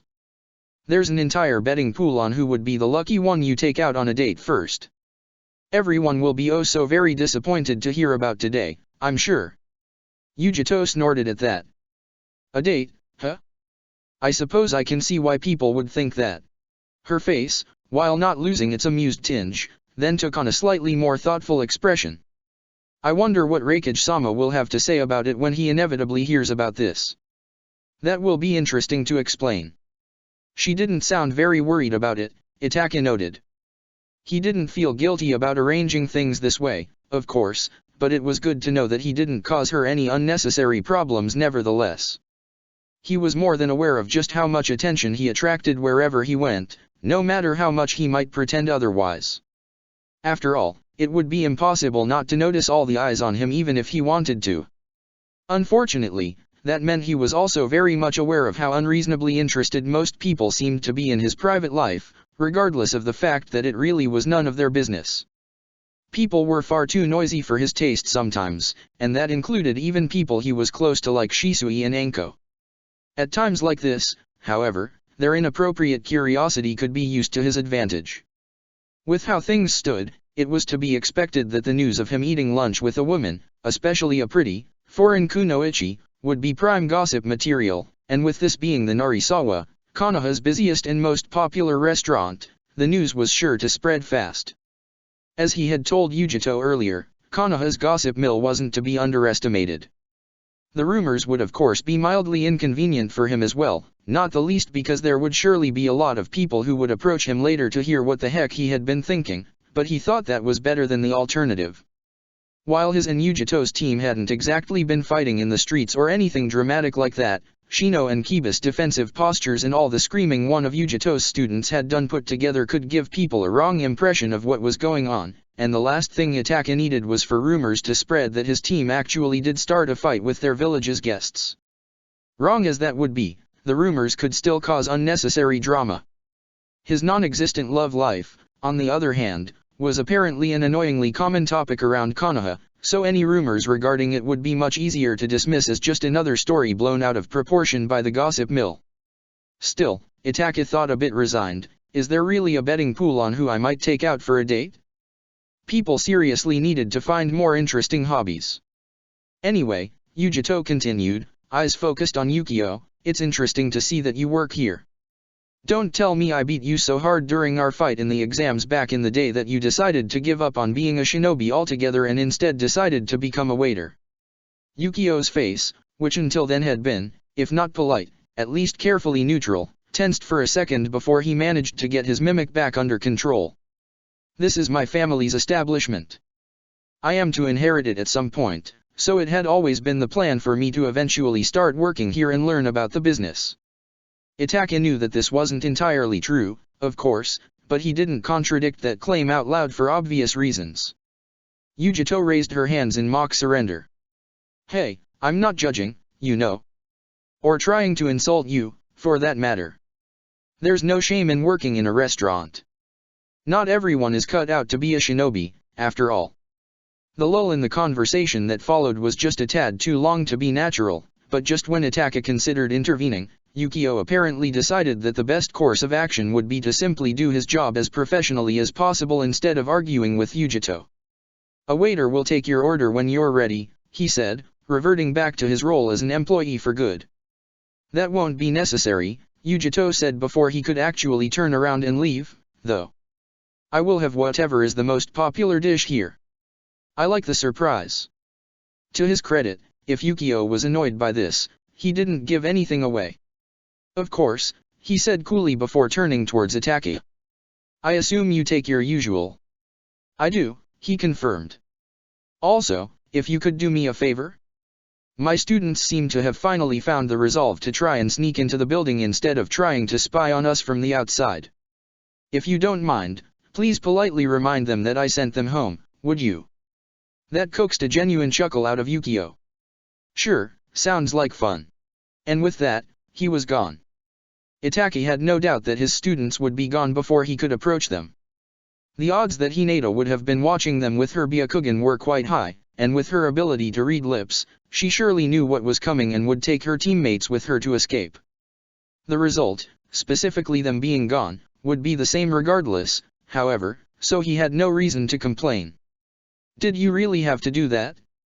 I looked forward to seeing how they would try to spy on us. He ignored her idle comment completely. It's rather rude and unseemly to push someone in such a manner, don't you think? Don't tell me you Konoha guys are too sensitive to take a joke. So at least she isn't trying to act as if she doesn't know what I'm talking about. Most people don't make condescending jokes like this with people they barely know. And most people are idiots, so what? Itaka didn't give any outward reaction to that, but perhaps she was sensing somehow that her reply didn't exactly satisfy him, for Yujito continued, "Besides, for all it's worth, I really wasn't joking when I said that I didn't mean to insult him, or that there is no shame in giving up on being a shinobi and becoming a waiter instead." Ignoring his interaction with me for a moment, he seems content with his chosen profession. That's more than most of us can say, isn't it? Are you saying you're not content with yours? Yujito was clearly a fairly blunt person, but surely she wouldn't go as far as to openly show discontent with her lot in life in front of a shinobi from a different village. Ignoring the already problematic implications of her, a Jinchuriki, doing such a thing in general, it also didn't fit her insistence towards her students to behave themselves appropriately he had observed earlier. Judging by the small smirk on her face that said he had asked exactly what she had wanted him to ask, that was apparently indeed not what she had meant. I was actually referring to the part where he could follow his chosen profession while neither of us had much of a choice in what occupation we pursue, she said with a shrug and in a tone that was far too casual to be genuine, alluding to their respective roles as Uchiha heir and Jinchuriki respectively. "Why, don't tell me you aren't content with yours." Itaka tilted his head and took a moment as if that was an intriguing question that warranted deep consideration before replying. "As I mentioned earlier, I was initially unsure what to think about becoming a teacher, but I can honestly say that I have come to appreciate my position since." Both of them knew that this wasn't what her question had aimed for, of course, but Yujito gracefully accepted his answer without further prodding. Unfortunately, the topic she broached next wasn't much better. "Anyway, speaking with your friend reminded me of something." Although he didn't show it, Itaka didn't think he liked the almost anticipatory tone of her voice. "Is that so? Oh, don't tell me you don't remember? Has no one taught you that it's rather rude and unseemly to forget a mutually agreed upon date? How is a woman supposed to feel about that, I ask you?" Ignoring both her theatrics and the fact that she threw his own words from earlier back at him, Itaka focused on trying to figure out what exactly she was speaking about. "Perhaps some more details will help me refresh my memory." Almost as if she had just been waiting for him to say that, Yujito leaned forward with an eager glint in her eyes. "You," she said while emphatically pointing her index finger at him, "owe me a fight."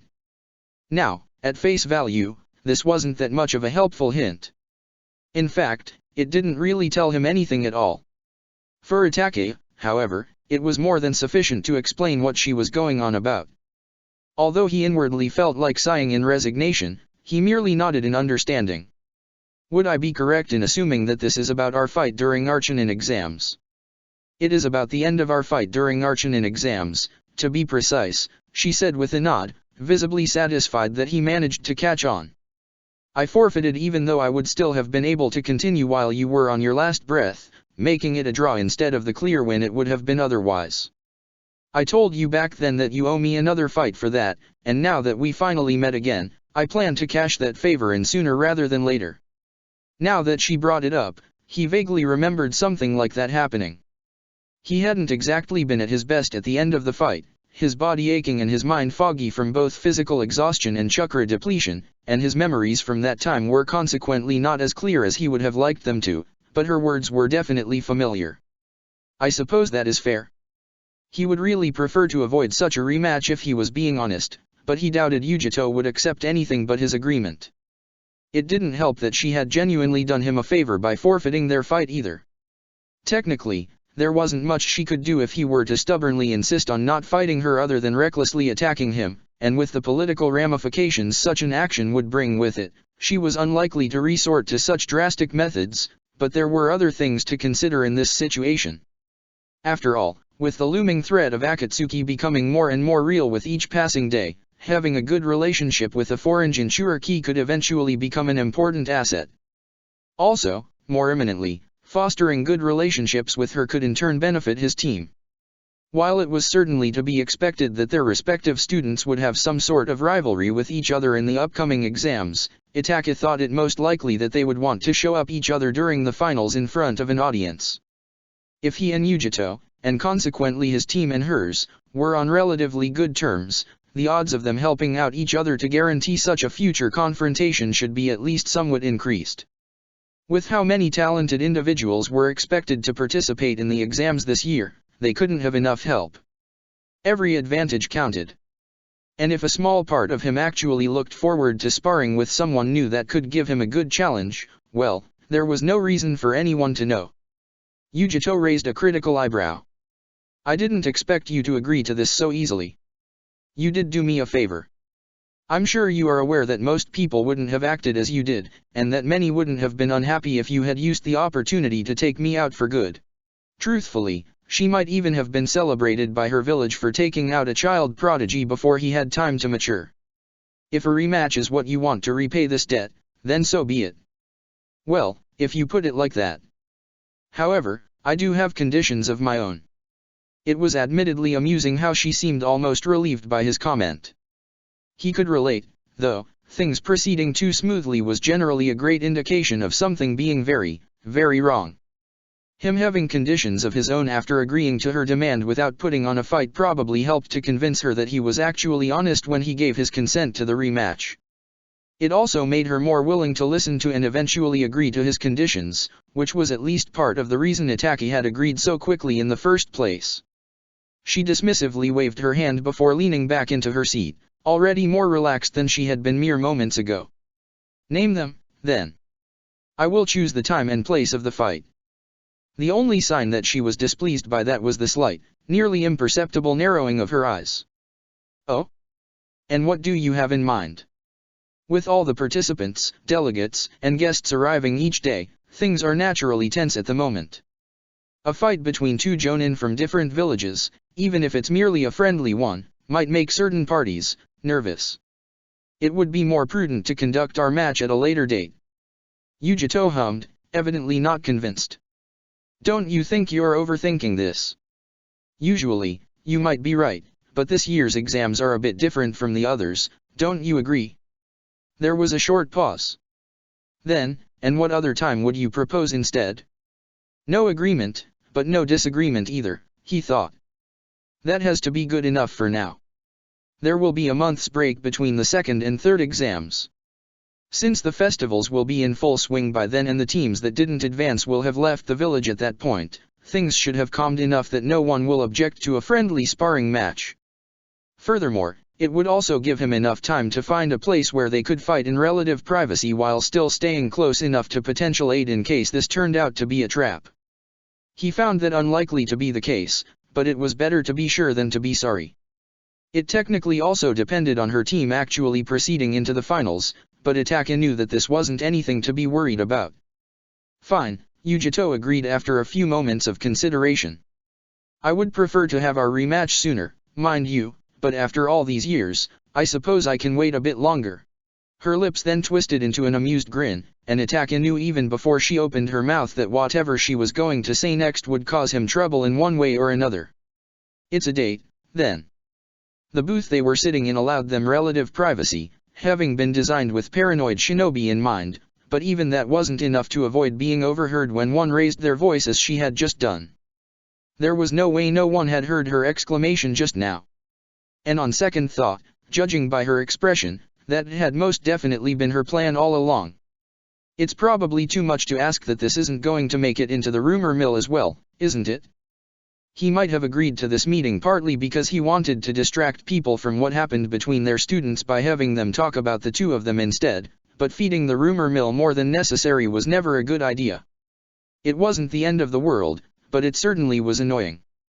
Thankfully, a waiter arrived with their food just then, giving him something to distract himself with. Everything was better than thinking about what his friends would have to say about this. Shisui is going to have a field day. Chapter 74, Grand Assembly, Foreigners 4. Let's start this from the beginning. Grand Assembly. Part 1. Foreigners. 4. I heard the funniest story just now. Itaka didn't react to the intrusion into his home. He didn't flinch, didn't throw the kunao he kept hidden under the pillow next to him at the intruder, or even put the book in his hands down. To the rest of the world, he probably gave off an impression of unshakable calm and serenity.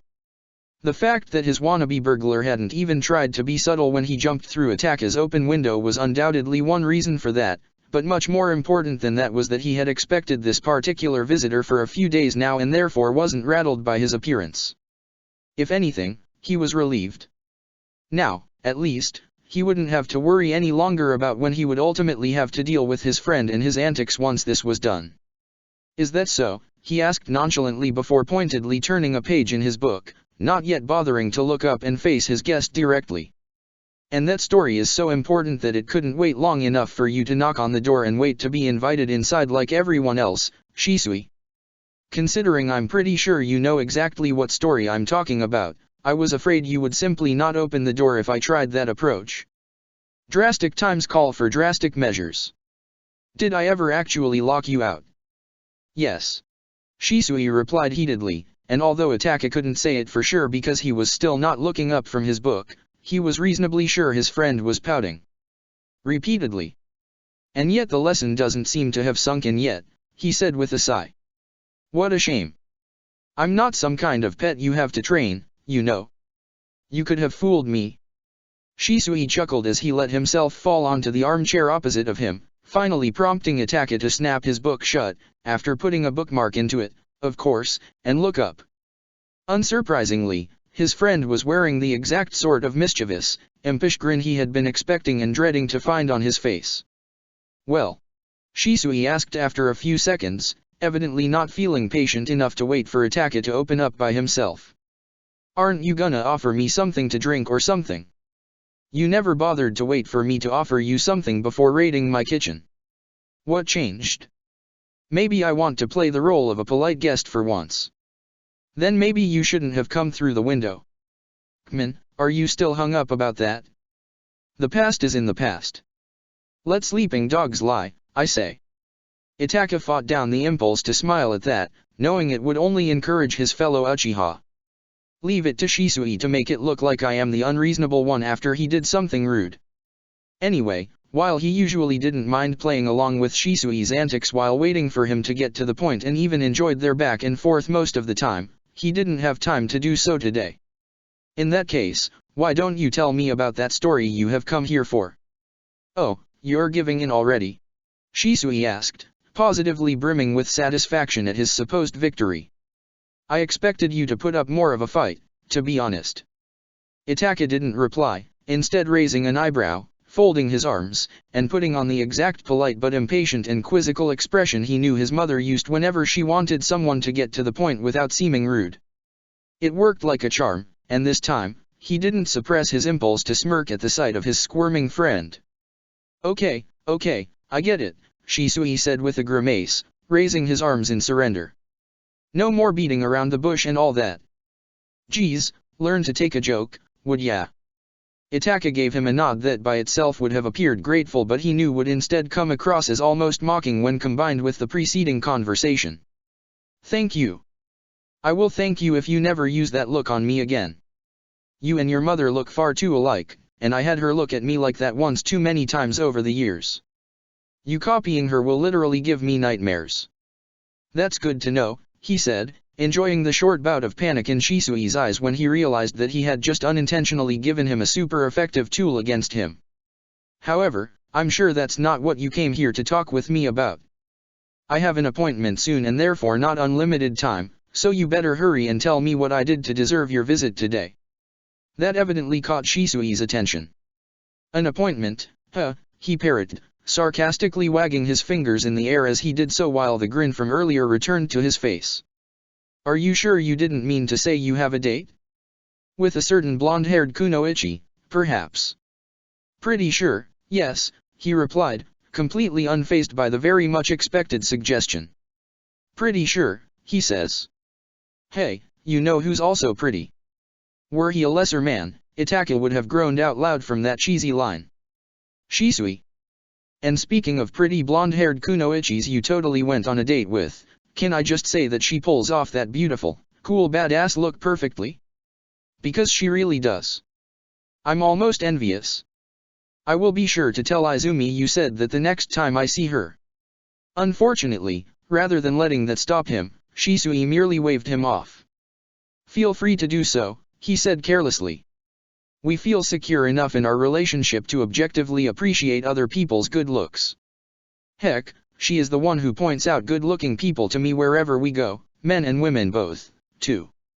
Itake hadn't actually thought his comment would be enough to stop his friend, but as it turned out, it had been even less effective than he could have imagined.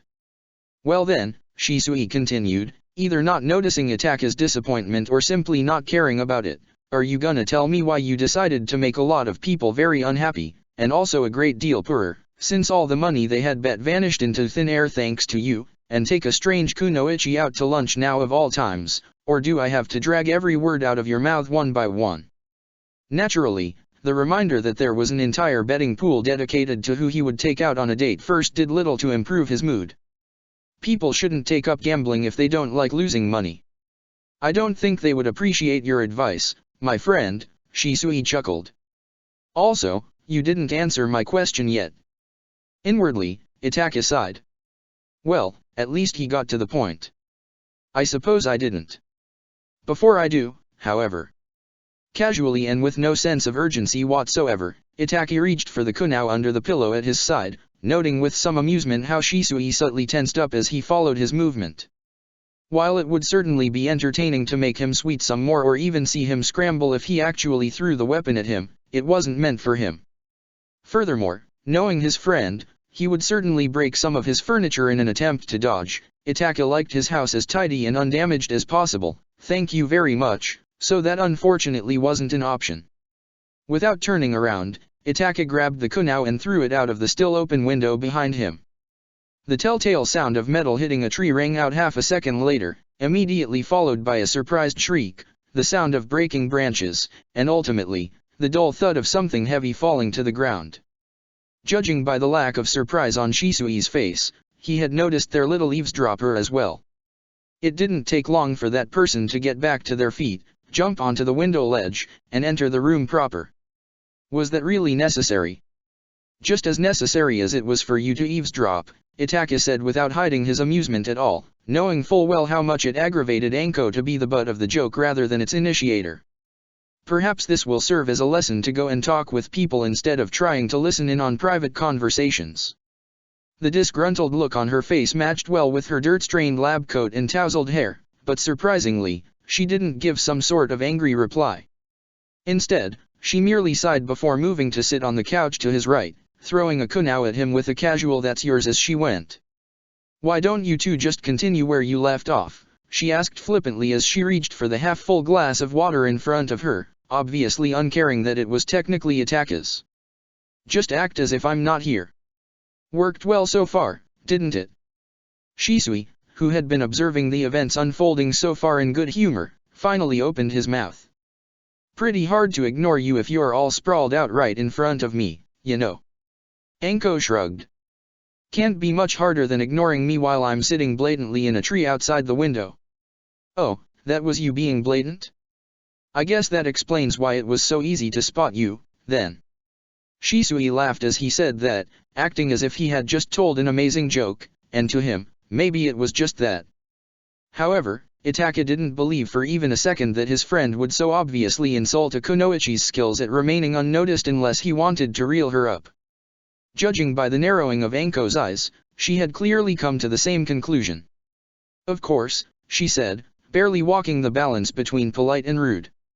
After all, you wouldn't have been able to spot me if I had actually wanted to remain hidden, which would have meant I would have to remain on that uncomfortable branch. It's much nicer to sit on a couch, yeah no. Of course, of course. But speaking of it, don't you think it's really rude to eavesdrop on people? Not as rude as uninvitedly jumping through an open window into another person's house, I would say. You weren't invited either and yet did the same thing. What are you talking about? Of course I was invited. What? When did that supposedly happen? Haven't you seen the damn kunao he threw at me? Rather than being just part of his act, Shisui's snort in response actually sounded genuine. And since when does that count as an invitation? Are you a shinobi or not? If you think that's a natural part of being a shinobi, training sessions with you must be fun. As funny as watching them was, Itake did have an appointment later, so he decided to put an end to their argument before they could get any more fired up. "If you want to fight, please do so on a training ground rather than inside my house. I would very much like it to remain standing at the end of the day." It was almost eerie how they both simultaneously decided to leave each other alone and focus entirely on him without the slightest delay. It was almost as if they had just been waiting for him to intervene. "In that case," Shisui said eagerly, "why don't we continue where we left off? I think you very just about to explain what about her you find particularly attractive," Anko helpfully chimed up from his right. Shisui mournfully shook his head. No, he skillfully dodged that question already. Rather, he just wanted to tell me what made him invite her to a date, and according to the rumors, it was he who asked her, not the other way around. Hey, when in doubt, why not answer both? Interestingly enough, and perhaps somewhat unexpected considering their similar personalities, Shisui and Anko had never really become friends. The former spent much more time with Yukio while the latter had befriended Izumi. They were acquaintances by proxy and definitely on good terms, but it would probably never occur to them to meet up with only the two of them. With that being said, Itaka slowly started to think they might have coordinated their visits before coming over. He didn't let that thought show on his face, however. If they had indeed colluded with each other, the odds were that they would have an approach prepared in case he tried to distract them with his realization. Better to play along and get this over with quickly. Thus, he continued to act as if he hadn't noticed anything at all and merely explained the reason for his actions in a casual tone. When he was done, Anko sighed once more. I hate to say it, but that unfortunately sounds more like him than the alternative. It does, doesn't it? Shisui agreed with an exaggerated expression of supreme disappointment on his face. And here I was already hoping I would become an uncle soon. It took nearly all of Itaka's self-control to not roll his eyes. I'm sorry to disappoint. As you should be, Anko exclaimed. But if you want to make it up to him, why not work on making his dreams come true, eh? To no one's surprise, Shisui was immediately all for it. Exactly. And if there really is nothing between you and this Yujito, that only means that everyone else still has a chance. He gave them a very unimpressed look in response. You two do realize that both of you are older than me, don't you? If anyone here is supposed to get children anytime soon, it would probably be one of you. The look of sheer unfathomable panic on both their faces was a sight Itaka would cherish for many years to come. At Shisui's next words, however, Anko's expression quickly turned into an angry grimace. Hey, now wait a second. I'm barely 21 while he pointed with his finger at Anko in an accusing manner, is already 24. She's the oldest, so clearly. Oh, you did not just call me old. Here we go again, Itaka thought, unsure whether he should feel amused or exasperated. Sometimes he seriously wondered how he, a generally calm and introverted person, became friends with some of the loudest and most energetic people in all of Konoha. Perhaps it's true what they say about how opposites attract each other. However, a glance at the clock told him that it was getting about time for him to leave, so he somewhat reluctantly, their argument was amusing to watch, after all, put a stop to his two guests by standing up, the sudden action being enough to momentarily distract them from each other. As interesting as this was, I'm afraid I have to prepare myself now and... Wait, you actually have an appointment? Like, for real? I swear I thought you were lying to get rid of him. Giving Anko a dry look for her interruption that made her scratch the back of her head in embarrassment, Itaka continued, I do indeed, yes, and as I was about to say, if you have nothing else to add, I would appreciate if you could leave me to it now. Prepare yourself, huh? Shisui grinned. Are you sure you don't have a date? No reason to be shy about it. I can even give you some tips if you want. Help you choose something fitting to wear, too. This time, he didn't stop the eye roll. I'm meeting my students' parents, and while I'm sure learning about your grooming habits would be enlightening, I don't think Hyuga-sama would enjoy it very much if I appeared before him clad for a romantic encounter. Shino and Kiba's families might find it amusing, though. For a moment, revulsion and mirth fought for dominance on Shisui's face before the former won out. They both ignored Anko's not-so-subtle sniggering, the woman having clearly the exact opposite reaction. Regardless, both of them thankfully decided that his reasoning was good enough to give him a break and stood up to leave without any further teasing. Itaka was thankful for that. While the meeting was to be a casual one, he couldn't actually meet his students' families, Hinata's in particular, in the same clothes he would meet his friends in. The meeting was supposed to be about the upcoming Chunin exams and his students' progress in general, which meant he would meet them as a teacher and therefore had to look the part. Personally, Itaka found such formalities rather useless and a waste of time and energy, but he had no choice but to play along or deal with the consequences, even if that meant nothing more than dealing with some disapproving looks and snide comments in this particular case. It just wasn't worth it to purposefully ignore others' expectations, especially when there was always the risk of having to deal with his parents as well when they inevitably heard about his rude behavior. "Ah, there's actually one more thing," Shisui said, 1 foot already on the windowsill and ready to jump in the same manner Enko had moments earlier. "A few days ago, Izumi broke up a fight between some people from IWA and Taki, and I heard there have been more such cases since that had to be broken up as well." That caught his attention. "IWA and Taki? Aren't they in an alliance?" "They are," Shisui confirmed with a shrug. "Their people don't seem to be fans of the idea, though. Apparently, the IWA-nins feel they're superior to their weaker ally while the Taki-nins don't feel like they're being taken seriously. Anyway, this wouldn't be the first time an alliance breaks apart because the populations don't want to work together no matter what their governments say."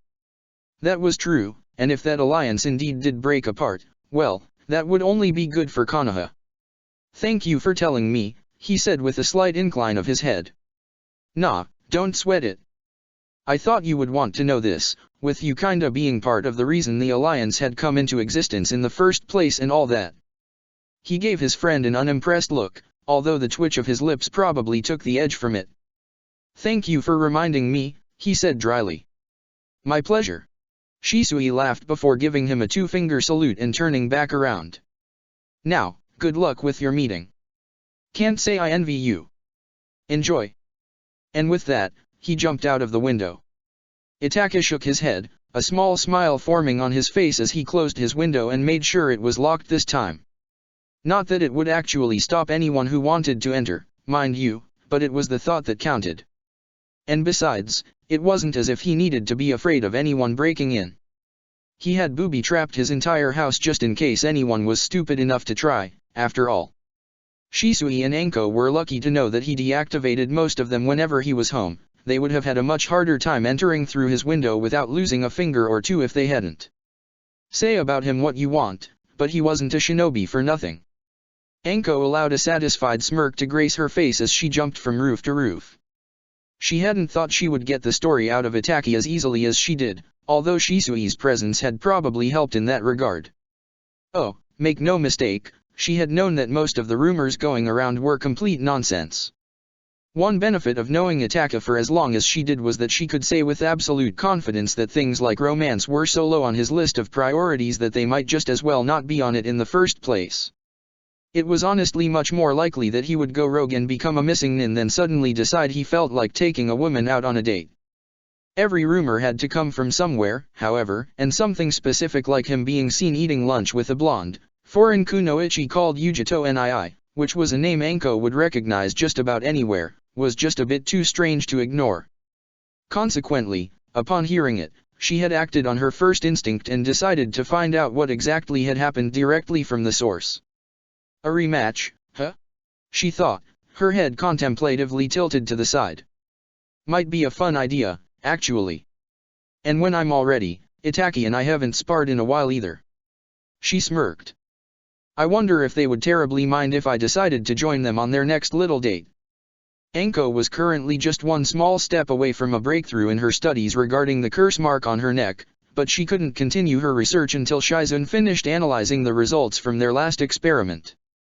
Unfortunately, Enko lacked the medical know-how to be of much help in that, and as her friend would likely need another few weeks to go through all the data, Enko had not much else to do in the meanwhile. She had intended to use that time to train anyway, so why not do so with some companions? And speaking of the devil, she came to a stop on a roof from which she had a good view of the street below. Or, more precisely, she came to a stop on a roof from which she had a good view of a very specific blonde woman walking on the street below. Slowly but surely, a smirk formed on her face. Well, well, well, what do we have here? A funny coincidence, isn't it?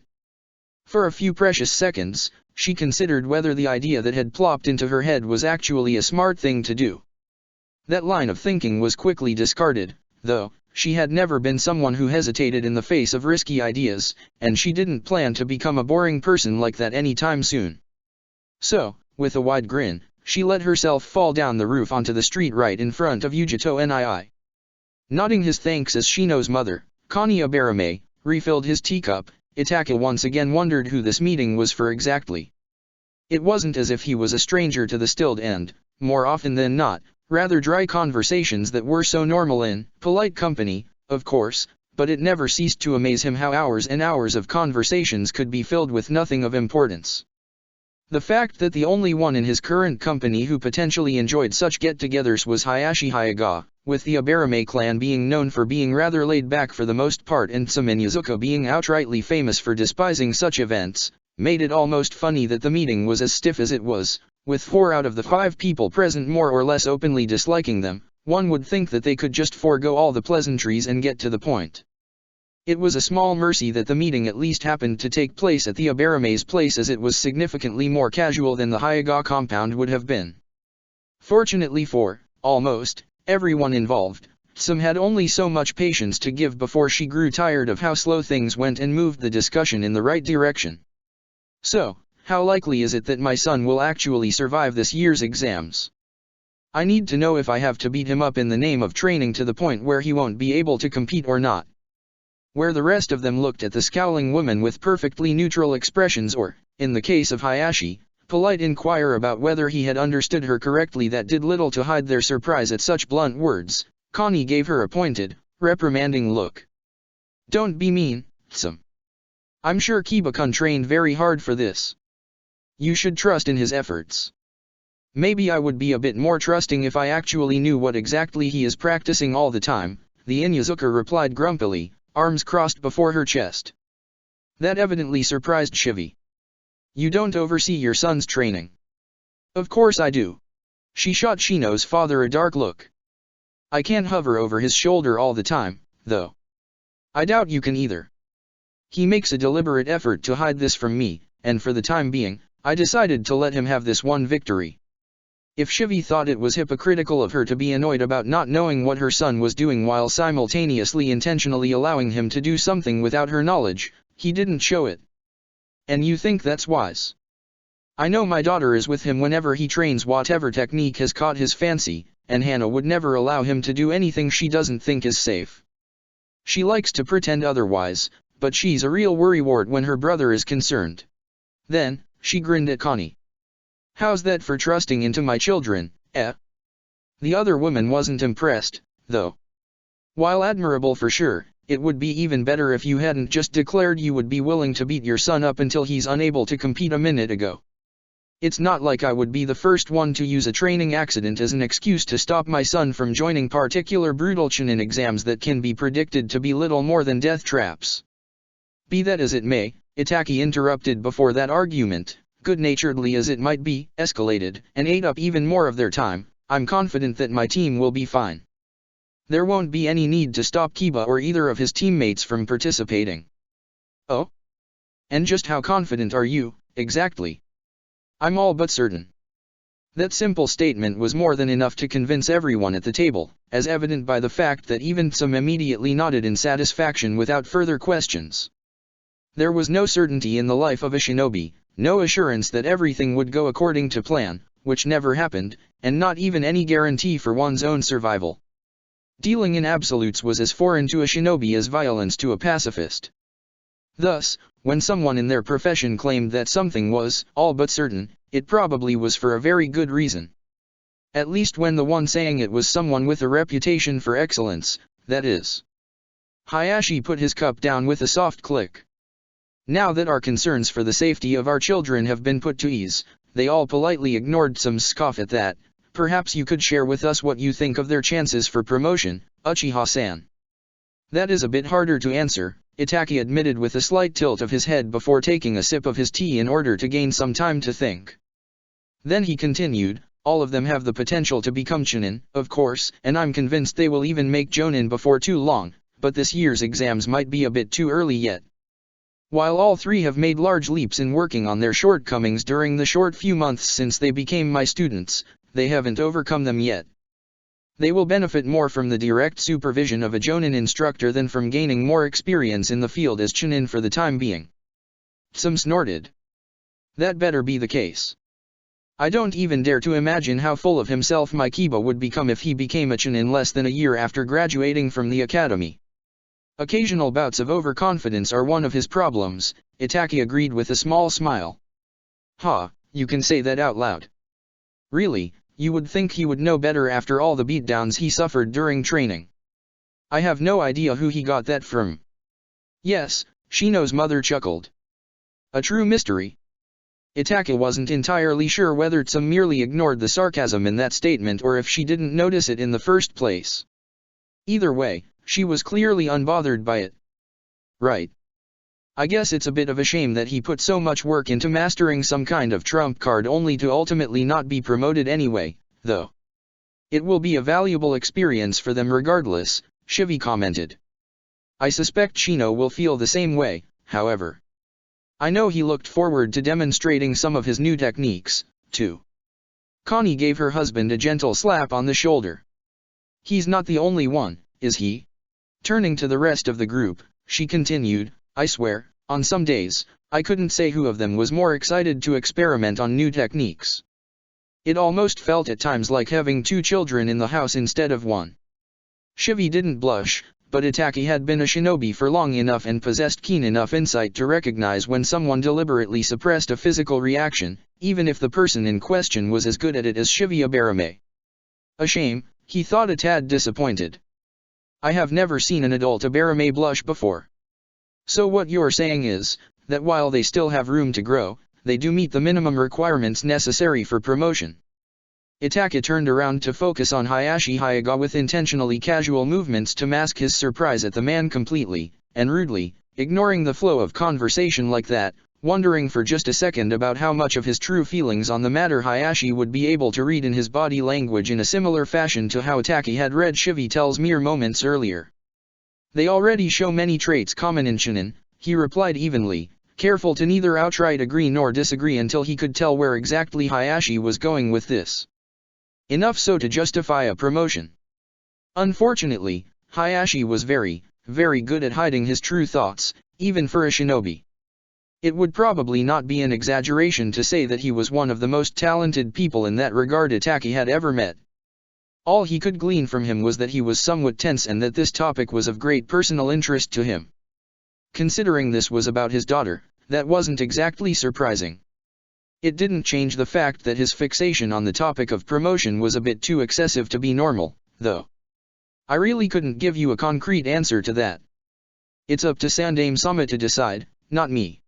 Then, before Hayashi had the chance to press the point even further, Itaka beat him to it by asking a question of his own, ignoring how cutting someone off like that would be considered rude. May I ask why you're so invested in your daughter's chances for promotion, Hayaga-sama? Surely you agree that she has still plenty of time to become Chunin in a later exam, especially considering that she had only become a genin not too long ago. Of course, Hayashi immediately agreed, and to attack his slight annoyance, he couldn't gauge anything new from his response. I only worry for her safety. I'm sure you understand. If she were to already show the skills befitting a Chunin, it would be greatly reassuring. Hence, my questions. That was as blatant a lie as Itaki had ever heard considering Hayashi's own words to Tsum's earlier question regarding the very topic of the children's safety, but that wasn't exactly something he could call him out for, so he merely smiled and nodded his understanding. After that, Hayashi didn't pick up that topic again, content to drink his tea mostly in silence, but Itaki got the feeling that he was somehow more satisfied than earlier. The conversations going forward were mostly held between Itaki, Tsum, Shivi, and Connie, but while it was a much more relaxed and casual atmosphere than at the beginning, there was now an underlying tension in the air that hadn't been there before. It seems I will have to pay more attention to him in the future, Itaka mentally resigned himself with an inwardly sigh. Whatever it was the other man had gleaned from his words that had satisfied him, Itaka somehow doubted it was entirely positive, at least not for his student. All in all, the meeting had proven to be even more troublesome than he had expected. One more day, is it? With a deep sigh, Hiruzen turned away from the window that oversaw the village below and returned to his desk. The Chunin exams were finally about to begin. After all the work that had gone into their preparations, and all the information he had had about how they had progressed in an alternate timeline, it was almost strange to think that they were truly about to become reality instead of being some large event that loomed in the distant future. That wasn't a feeling he was unaccustomed to. After all, this was hardly the first large event he had ever organized during his tenure as Hokage. However, no matter how often it happened, it seemed he would never grow accustomed to it. And like always when he found himself in this position, he had the irresistible urge to work, to go over the plans that had been years in the making one more time and see if he couldn't find one more detail to improve. That was a silly sentiment, of course. The rough outlines had been drawn several years ago, improvements and changes based on new information had been gradually incorporated over time, more concrete schemes had been planned in countless, hour-long discussions, and the finer details that required direct supervision were entrusted to some of the most capable of his subordinates. At this point, any meaningful changes, barring those that were a result of new information coming in, would only cause unnecessary chaos and confusion. No, all Hiruzen could do now was wait and see what would happen. Oh, and fulfill his other duties, naturally. There was always something to do, after all. None of that could stop him from worrying, though. For all that they had prepared as well as they could, it was all but guaranteed that something would go wrong because that just was something that happened with plans. The questions remaining were what that something actually was and whether it would cause real problems or prove to be little more than a minor annoyance. Unfortunately, and for all that Hiruzen hoped the opposite to be the case, he had a feeling it would be the former rather than the latter. Itaka hadn't known when exactly Orochimaru had begun messing with the exams in the previous timeline. The earliest case of his interventions the Uchiha was aware of was Orochimaru's attack and consequent marking of Sasuke Uchiha in the Forest of Death, but how and when he had actually entered Konoha's perimeter, he couldn't say for sure. The fact that they hadn't found any signs of the sun in so far should be reassuring, but in their field of work, no evidence was usually a clear sign that something was very, very wrong. It didn't help that they hadn't found any clues regarding Orochimaru's most favored spy, the one named Kabuto, neither inside the village nor outside of it. Considering he had had the Umbu subtly looking for him for years now, the absolute lack of clues was very troublesome indeed. Hiruzen forcefully pushed those gloomy thoughts away with another deep sigh. Now is not the time to worry, he reminded himself. What is meant to happen will happen. We prepared as much as we could, so all that's left is dealing with whatever problems arise when they arise. Worrying too much had never done any good. He had never been fearful of the future, and he would start now. If nothing else, I suppose the next few weeks are at least guaranteed to be interesting. Chapter 75, Grand Assembly, Deceptions and Truths I. Let's start this from the beginning. Grand Assembly. Part 2. Deceptions and Truths I. Ultimately, Hinata thought the first stage of the exams had been manageable.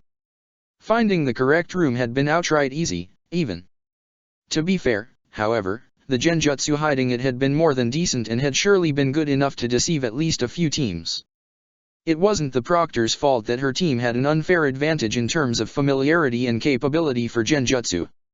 With their sensei being Itaka Uchiha, that was only to be expected. Furthermore, fooling a Hyaga's Byakugan, an Abarama's Kikaicho, and an Inuzuka's nose, it was surprisingly hard to mimic their increased sense of smell when using genjutsu that didn't rely on the victim's subconscious to fill the gaps in the technique but instead created the details manually as was the norm in mid to high-level jutsu, Hinata had found, was pretty hard to begin with. With that in mind, it was almost unfair to criticize the proctors for failing to trick them when the technique had probably only been meant to merely separate the wheat from the chaff. And if Hinata thought that she might have been able to cast a better illusion after all this time studying under Itaka-sensei, well, she wisely kept that opinion to herself. There was really no reason to be rude, after all. Also, regardless of whether it was actually true or not, she was uncomfortable with how arrogant that claim sounded to her own ears. Speaking it out loud would be mortifying. Following that, the exam itself had been harder than finding the right room had been, but not exactly hard either. A written test hadn't been what any of them had been expecting, and that had been the first clue that something else was going on, something Hinata had been pleased to note both her teammates had immediately noticed as well. She could answer around half the questions without too much difficulty, which was probably a good middle ground between what she suspected Shino and Kiba's performances to be. The former would most likely be able to answer more than she did, while the latter a bit less. Shino had constantly been at the top of their class, so if he couldn't answer all these questions, there was no way any of the participants could realistically be expected to do so. No, they were most certainly too difficult for genin/aspiring chunin. Add to that the fact that they would lose points instead of being outright disqualified if they were caught cheating, and it quickly became clear that they were expected and even actively encouraged to do just that. That realization had been the second time in less than an hour that Hinata had thought her team had an almost unfair advantage. She herself hadn't even bothered to be very subtle about activating her Byakugan. She would have to be caught 5 times to be disqualified, so if she was caught only once, it didn't matter. Thus, after seeing that there were about a dozen people in the room already finished, she didn't particularly care whether anyone saw her as she quickly copied their results. Considering they all had the same answers to the questions she herself hadn't managed to solve, it was probably fair to assume that they were correct. She also took a moment to check on her team. Her relieved smile was probably out of place in the tense atmosphere of the room, but she was too happy that both Shino and Kiba had already finished as well to be bothered by that. The latter's abilities to spy on others were a bit more limited than hers or Shino's, so it was good to see that he had managed to find a way. Not that she had expected anything else from him, of course. The situation surrounding the 10th question had been a bit more tricky, and Hinata was embarrassed to admit that she had hesitated for a few moments before getting a grip on herself. Her team had overcome too much. Their very first C-rank mission in particular came to mind, to lose the chance at promotion because she lost her nerves. Even hours later, neither the fact that she managed to pull herself together so quickly nor that doing so fulfilled the requirement to pass the first stage was enough to make the hot ball shame in her stomach go away. Shino and Kiba probably didn't hesitate for even 1 second. The location of their next exam didn't exactly fill her with confidence either, nor did the fact that they had to sign liability waivers of all things before they were even told what they would have to do next. Welcome to the second stage of these exams, 44th Training Ground, also known as Forest of Death. My name is Shisui Uchiha, and I will be your proctor for this stage. Hinata had met the Uchiha once during a shared lunch between him, his girlfriend, and her team. That and the fact that he was apparently her sensei's cousin and best friend should probably be reassuring, but she found it hard to reconcile the current man with the impression she had gotten of him during that one meeting. While he was smiling right now, the gesture didn't hold any of the warmth or mirth it had back then. She realized that this difference in attitudes stemmed from the fact that he was now in business mode instead of humoring his friend's genin team during his free time, of course, but that didn't make the difference any less unsettling. Hinata had to suppress a shudder as she continued to listen to the explanation he was currently giving. The heart of the matter is very simple, he explained with a low, dark chuckle that did very little to help her relax. At its core, this is a survival test. Each team will be given either a Heaven Scroll or an Earth Scroll before being led by a chunin to one of the 44 entrances into the training ground. Once you're allowed to enter, you will have 5 days to collect the scroll you are missing and head towards the tower at the center of the forest. It's located exactly 10 kilometers away from each entrance, so none of you will have an advantage. Note that a team is not disqualified if it loses its scroll. You may use however much remaining time you have left to try and get another copy. By the same extension, acquiring both scrolls doesn't guarantee completion of the second stage as you still have to reach the center building in time. Whoever isn't there at the end of the 5th day is qualified regardless of how many scrolls you might have collected by then. A very straightforward and simple task, really. That was not necessarily a good thing, though. Shisui hadn't told them anything about any rules or restrictions, so depending on the other team's attitude, things could get very dangerous really quickly. Hinata tried not to think too much about the liability waiver they had signed mere minutes ago. As if he had been reading her mind, A wave of killing intent swept over the crowd, and judging by the sudden increase of insects buzzing to her left, the low growl to her right, and the general turmoil all around her, her instinctive reaction to fall into a more ready stance wasn't abnormal at all. Shisui grinned at their reaction, the gesture that might otherwise have been charming now appearing sharp and terrifying. "You're allowed to do whatever you want to get your hand on both scrolls," he said, drawing out every single word as if he was enjoying the undivided attention on him. "And with that, I mean you're allowed to even kill your opponents if you wish to." Hinata forcefully stopped herself from flinching at that revelation, but that didn't stop the traitorous part of her mind that whispered she should have let herself and her team get disqualified during the first stage after all. She didn't plan to listen to it, didn't plan to capitulate now either, but the confirmation that their lives were on the line was more than enough to shake her to her core.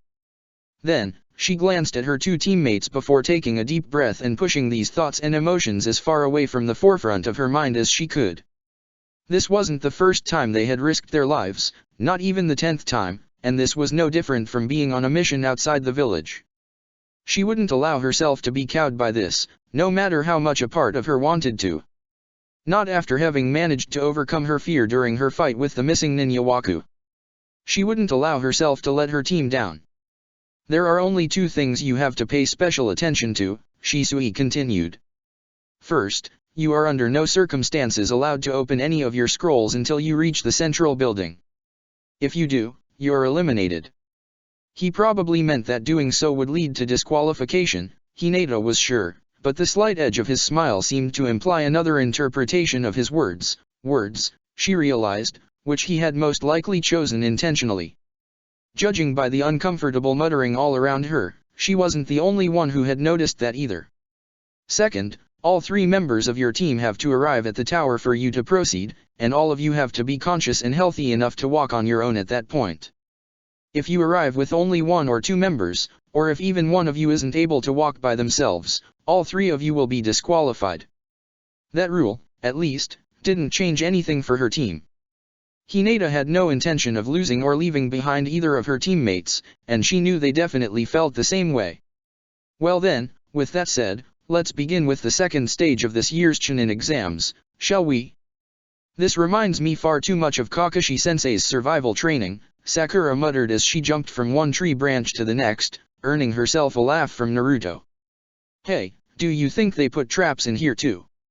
If the proctor of this stage is anything like sensei, then probably yes." Sakura furrowed her brows. "I'm not sure what to think about him, to be honest. His introduction seemed to be more of an act than anything else. And wasn't that something to consider?" Sakura liked to think of herself as rather sharp and intelligent, but she was not so arrogant as to think she would be able to look through a jonin's facade, at least not unless the jonin in question allowed her to. That wasn't to say that every jonin was automatically a great liar simply because of the rank they held, of course, but she doubted someone selected to be one of the proctors of the Chunin exams would be that easy to read. Noticing her and Naruto's questioning eyes on him, Sasuke hived out a sigh. "In most regards, Shisui is nothing like sensei," he said. "He likes messing with people just as much as he does, however, and he's much more open about it. It probably depends on how much of the planning he did himself and how much he delegated to others, but I don't think we have to expect to run into a lot of actually threatening traps. Humiliating ones and some that capture and make us easy targets for other teams are open game, though." "Sounds like him," Naruto laughed. "Shame I don't run into him a lot. Hey, do you think he would like to collaborate with me on one of my projects?" Sakura didn't think it would be a good idea to give Naruto time to actually consider this, so she quickly moved the conversation along. "I think I should be able to sense if someone tries to sneak up on us, so if we don't have to worry about traps, our greatest problem will be wild animals." Although her sensory skills were coming along in leaps and bounds, she still found it much harder to sense animals and civilians with little chakra than actual shinobi, so she might miss a danger if they relied solely on her sensing abilities. Sasuke nodded. "I heard about this training ground from one of my cousins before. Apparently, the animals here grow to be significantly larger and more aggressive than in the wild. We should be fine in a straight fight, of course, but being caught by surprise might end badly for us. If nothing else, Any unnecessary injury would cause problems when we eventually meet another team.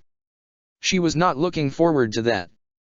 The words from that weird Sunanin still rang in her head. There was clearly something else going on with these exams, and she was sure it had something to do with at least some of the participants. Therefore, she would prefer to get this done as fast as and with as little enemy contact as possible. Right, Sasuke agreed. So, does anyone have an idea how to proceed? We should probably aim to get the scroll as fast as we can and head to the central building. If we wait, other teams will only have more time to lay traps or find each other and team up. Many of them should be eager for fights right now, too, and I don't want to risk some of them camping around the central building to wait for teams who already got their missing scroll. That sounded sensible to her. Their team was competent enough, all of them had the basics down just fine, and they possessed a variety of abilities that complemented each other as well. However, there was always someone stronger out there, and things would be particularly dire if they were to be outnumbered or caught in a trap. Sakura would obviously like to avoid something like that, if only because she was suddenly uncomfortably aware that she was ultimately the weak link in their group. They would need some clever, preferably subtle plan to. Alright, leave it to me. Neither Sakura nor Sasuke had enough time to react to stop Naruto before he followed up on his words by crossing his fingers in a single hand seal. A second later, the three of them were forced to stop as their sight was blocked by a massive cloud of smoke. Naruto, she groaned, unsure if she felt angry, devastated, or just resigned to her teammates' antics. What have to done? Judging by his careless grin in response, he either didn't notice her reaction or simply didn't care. Solved our problems, of course. Sakura could only stare at him, unable, or perhaps unwilling, to accept that he had just given away their position to everyone in the entire forest with such a careless attitude. Did he even realize what he had just done? One didn't even have to be a censor to have felt the enormous amount of chakra Naruto had just thrown around without a care in the world. She didn't hear what Sasuke was muttering under his breath, but his tone implied that it was nothing positive. There was no time to think any further about that, though, as it was then that the smoke finally dispersed enough to reveal what exactly Naruto's technique had achieved. They were surrounded by an innumerable number of Naruto clones. What the? I'm not done yet. Naruto interrupted her with a yell before she could finish. Now, transform. The next moment, 2/3 of the clones vanished once more into a cloud of white smoke. When it dispersed a few seconds later, the Naruto clones had been replaced by. Clever, Sasuke muttered, sounding reluctantly impressed. Sakura nodded before she knew it. I suppose if we don't go with subtlety, this is the next best thing. She ignored Naruto's boasting as she let her eyes wander over the masses of clones all around her, 1/3 of which still looked like Naruto while the rest had taken the form of Sasuke and herself. Naruto really has insane chakra reserves, she thought, shocked by that revelation even though she should have been used to it by now. The only reason I can distinguish between Sasuke and his copies is that I'm so familiar with his chakra signature, but that wouldn't help me find the real Naruto if he were to hide between his clones. I don't think anyone else will be able to recognize them as clones at all unless they manage to destroy them. Even if dozens of teams were to come rushing in now, the three of them would be able to hide in the crowd and wait for the perfect opportunity to surprise them or, depending on the situation, flee unnoticed. Naruto, Sasuke suddenly spoke up. You get the memories of your clones when they get destroyed, right? Yeah. Then we can use them as scouts. Let them spread out in every direction and see who they encounter. We can decide on which team we want to attack depending on their size and strength while hiding safely in the back of the sheer number of clones. Her eyes widened. That was a great idea. Considering Naruto's insane chakra levels, it would hardly even bother him to throw as many clones at this problem as they needed. They were perfect, disposable scouts. Furthermore, they would probably get rid of who knew how many of the traps that were potentially lying around as well, either by finding them or by accidentally tripping them themselves. Most wild animals would most likely avoid just a large crowd of people as well, and those who did get attracted would be too distracted by the fakes to bother them, so that was one more problem they didn't have to worry about. And thanks to the clones' memories returning to the real Naruto, they would constantly be kept up to date, too. Unfortunately, things turned out to be not quite that easy after all. I don't think it will work like that, actually, Naruto grimaced, uncomfortably scratching the back of his head. Sasuke narrowed his eyes at him. And why not? I kinda do get the memories of my clones. It's just that it doesn't work that well when there are so many of them. He gave a nervous chuckle. Kakashi-sensei had me experiment a bit with this jutsu, you see, and things become a bit blurry when I use more than 10 clones. It gets harder the longer they exist, too. If they run around for longer than about 15 minutes, I usually can only remember the last few moments before they get destroyed. Sometimes a few other things as well, if something stood out in particular. So we can't use them as scouts, then. Sakura groaned. They would still be a good distraction, of course, but it was somewhat of a letdown nevertheless. Naruto quickly shook his head. No, we totally can. I mean, I won't get a lot of details, but I will still know in which direction the other teams are. Will you be able to tell how strong someone who destroyed your clone is? Sasuke asked. The other boy thought about it for a few seconds before replying, probably. I mean, if someone destroys one of my clones really fast, I don't think I will get a lot back from that. I should be able to know if the fight took a while, though. Then we will make do with that. I wager it's still better than what most other teams have. I bet you're happy that I'm on your team, The only thing I'm glad about is that you're not a total deadweight. You. Sakura ignored their bickering for the most part as they moved on, but she couldn't quite keep the fond smile off her face. With the dozens of decoy teams running in every direction and consequently serving to distract potential enemies from noticing them, she felt much safer than she did earlier. This way, they should be able to avoid any fights they didn't choose themselves, without the threat of an ambush or a surprise attack looming over their heads. She was much more confident in their abilities to handle themselves. They could avoid those who were too dangerous to approach and find a suitable team to steal a scroll from without too much difficulty now. Maybe they could actually get through this stage just as smoothly as they had through the first. You know, slowly but surely, I think people are avoiding us. Kankuro snorted at that, but Temari gracefully decided to let it go. After all, she had other, more important things to be annoyed about than one of her baby brothers being disrespectful to her. Seriously, though, she continued with a sigh, her hands on her hips. There's no way it's a coincidence that we haven't run into anyone yet. It has been hours. Kankuro gave her a dry look.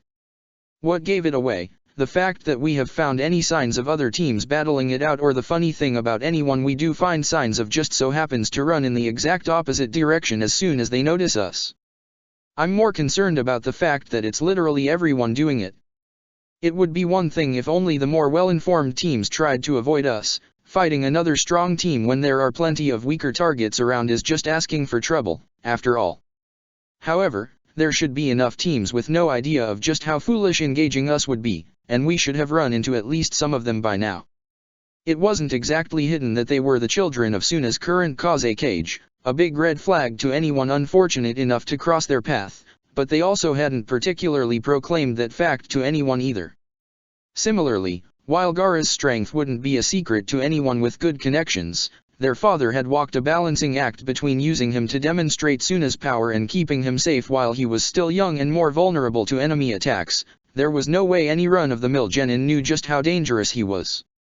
It was Gaara who ultimately said what all three of them, or at least Temari hoped it was all three of them, it was always hard to say with Kankuro, were thinking.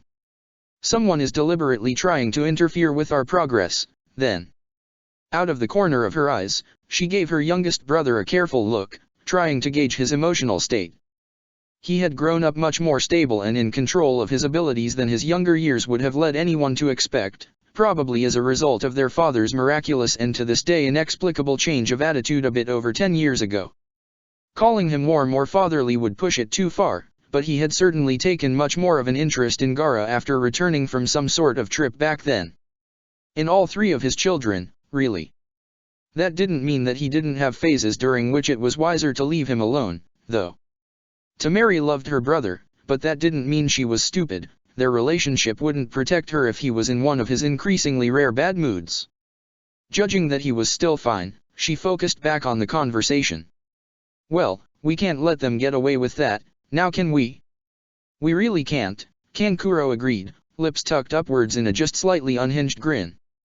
You know how much I hate losing. So we better step it up a notch, then. And the only one they can blame for getting hurt is themselves for forcing us to get a bit more serious. The two of them shared an amused look before simultaneously breaking into chuckles. As annoying as brothers could be at times, it was moments like this that reminded her that there were positive aspects about them as well, far and few between as they might be, mind you. Gaara turned around and began to walk away. Let's hurry. I want to get out of this forest. Bland as his words might be, they couldn't quite hide his excitement. Not even trying to hide their own, Temari and Kankuro followed right after him. Contact in about a minute. One of them is waiting for a frontal clash while his teammates are a bit further away to either side of him, probably waiting to ambush us and attack our flanks while we're distracted. I can't see any traps. Shino nodded at Hinata's muttered comment. He had a rough estimate on their opponents to be as well, of course, but the Byakugan was more precise, so the information still held value. I guess now we will see how good of a plan this actually is, Kiba said from his right, only the tension in his words belying the carefree attitude he tried to convey. Just do as we agreed, he told him. Their chakra levels are low. As long as we follow the plan, this should be over quickly. Add to that the fact that Hinata had not recognized any of the members of the opposing team, which meant that they could not be one of the more dangerous teams they had already gathered information about before the trials had even started, and one could be reasonably sure that they would emerge victorious from this fight. While he didn't allow it to show on his face or let it go to his head, Shino was proud to say that he was the one who had come up with the idea of their current plan. It was a shame he wouldn't be able to use any of his new tricks, some of which even his teammates didn't know about yet and which he had looked forward to showing off to them, but it was probably for the best. Whatever he could keep hidden now could be used at a later date. Eventual opponents wouldn't be able to prepare for something they didn't know exist, after all. When the attack finally came, Shino did his best to morph the familiar and yet strange face he was currently wearing over his own into a convincing expression of surprise while jumping out of the way of the quickly approaching water stream. Just as planned, he, Kiba, and Hinata pretended to be separated by that surprise attack by jumping in 3 different directions while still remaining close enough to be capable of helping each other in case of an emergency. Shino heard an explosion somewhere to his left where Kiba should be, but he didn't have the chance to look at what had happened before he had to dodge a volley of kunao that were clearly supposed to herd him in a specific direction. Suppressing his instincts to jump in the exact opposite direction of where his enemy wanted him to go, Shino allowed the projectiles to force him a bit further away from his team. A second later, the branch beneath his feet gave way, clearly prepared in advance, he thought, and sent him into a free fall towards the ground. Then, while still in midair and therefore supposedly defenseless, another water stream drove straight through his chest.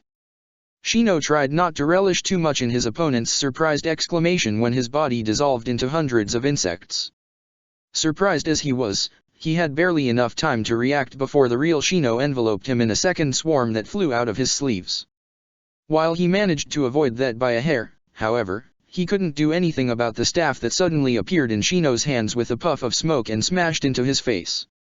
Shino didn't pursue, choosing to instead glance towards where his teammates were finishing their own fights. Kiba's opponent, a kunoichi that appeared to be maybe 2 or 3 years older than him, had clearly expected to quickly overwhelm him with taijutsu while he was still surprised from the earlier explosion, not unexpected considering their plan was based on the idea of giving their enemies a wrong impression about their abilities and then catching them flat-footed when their expectations weren't met. Unfortunately for her, Kiba quickly got the upper hand in their fight. Shino suspected the only reason he hadn't won already had little to do with his opponent's skills and more with the fact that he didn't have Akamera with him from the beginning. The Ninken in question actually joined him just as Shino glanced over to watch. This meant he was in a prime position to see Kiba crouch under a punch before throwing a kick to the kunoichi's chin, heaving her a few feet into the air just in time to collide with Akamera's incoming Tsuga. That should be enough to finish her, Shino mused, feeling a tingle of amusement as Kiba rushed towards his fallen opponent, clearly eager to continue the fight. I suppose he will be disappointed, then. That made him cringe a little. After all, it would be he and Hinata who would likely feel the brunt of his disappointment later. And speaking of Hinata, He didn't get the chance to check up on his other teammate as he had to dodge a kunai thrown at his head. "Don't ignore me, damn it." Suppressing an exasperated sigh, Shino turned back towards the boy he had smashed into the face with his staff earlier. Observing Kiba's fight had taken less than 3 seconds, which had just about been enough for his own opponent to recover and get back to his feet, and now he was glaring at him from a safe distance. "What is with this look?" the boy demanded between clenched teeth. "This fight is over," Shino interrupted him, "you just don't know it yet." Then, when the boy opened his mouth for a no doubt scathing comment, he continued, "Why? Because you forgot about my first Kikaicha swarm, of course." His opponent didn't have time to react with more than a confused look before the insects that had previously made up his clone flew at him from his back and enveloped his entire body. Shino watched the boy trying to escape or somehow get rid of the assailants for a few seconds while ignoring his screams. It was only when he was convinced that his opponent had indeed no way to defend against his Kikaichu and therefore would soon be unable to attack or even just move due to chakra exhaustion that he turned around once more to look in Hinata's direction. He was just in time to see her opponent's limp body fall to the ground, his eyes rolled back into his head and his mouth gaping in a toneless gasp. "I have the scroll, guys!" Kiba exclaimed as he walked away from his fallen opponent and towards them with a jump in step. "It's an earth scroll." Shino allowed himself a small smirk he hid behind his high collar upon hearing that, absently noting that the screams behind him already began to subside as he began to walk towards his teammates as well. "I knew that Hinata was right, of course, but it's good to have it confirmed that they indeed had the scroll we need nevertheless." The three of them met in the middle, and at his nod, they simultaneously stopped their transformation technique. "I knew this plan was amazing," Kiba said with a wide grin, scratching Akamaru's head with one hand and holding up their newly acquired scroll with the other. "That went like clockwork." Feeling rather indulgent after their victory, Shino ignored the hypocrisy in that statement considering what Kiba had said earlier as he nodded his agreement. "The engagement went as well as we could have hoped for. Well done, team." Was he a bit smug about not only being the one who came up with the plan, but also the official team leader for the duration of this exam? Quite possibly, yes. Did he care? Not at all, no. Not when he was perfectly capable of keeping such thoughts off his face and for himself. Unaware of his thoughts, Hinata gave them a bright smile. "So we can head towards the central building now, right? We might even be the first ones there." "Indeed. We should hurry, however. Other teams will have found each other by now as well." That being said, their team had a clear advantage as their skill set should allow them to easily avoid other teams from here on. Even if others had managed to get the scroll they need, they would still have to be careful to not run into more fights. Shino's team, on the other hand, would have plenty of warning if anyone came even close to them. Traps, too, were nothing they had to fear. And even if they had to fight again, they could reuse the same strategy that had brought them their recent victory as often as they had to. The plan in question had been simple and involved only 2 steps. First, Shino, Hinata, and Kiba used the basic transformation technique taught to every academy student to change into each other, Shino into Hinata, Hinata into Kiba, and Kiba into Shino. Then, all they had to do was to wait for their enemies to attack. Whoever would attack Shino would expect someone weak in Taijutsu who depended on his teammates to defend them in close combat. That was a sensible conclusion considering their respective clans, after all. Thus, whoever attacked him would be unprepared for someone as aggressive as Kiba, especially if he used one of his clan techniques. Similarly, whoever attacked Hinata would try to keep their distance. Hyuga were famously known for their gentle fist all over the continent, so no one in their right mind would allow themselves to get into her range if they could help it. With that in mind, Shino's Kikaicha weren't something anyone would be prepared to handle. The person who attacked Kiba, on the other hand, would expect some form of the Inyazuka's usual, aggressive Taijutsu style in combination with Akamaru.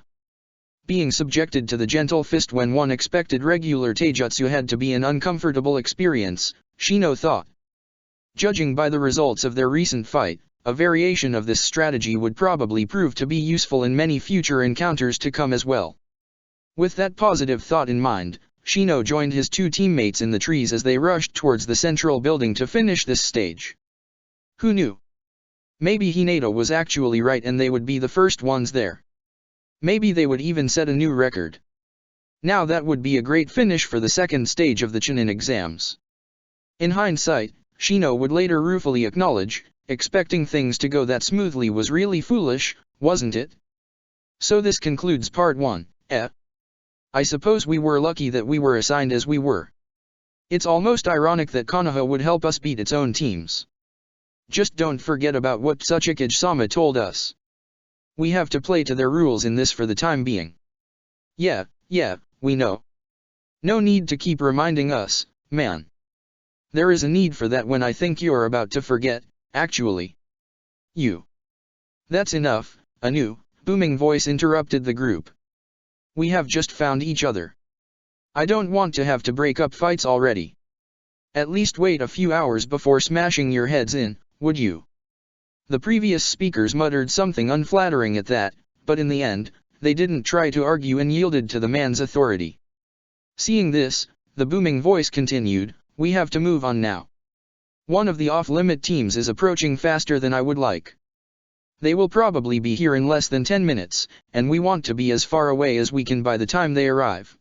Looking around the clearing, he then addressed everyone present rather than just the small group who had been arguing before. I assume all of you have read the mission papers, so I will cut this short. Join your assigned teams and spread out. There is a member in every group capable of leading you to others for collaborative actions should it become necessary. Go.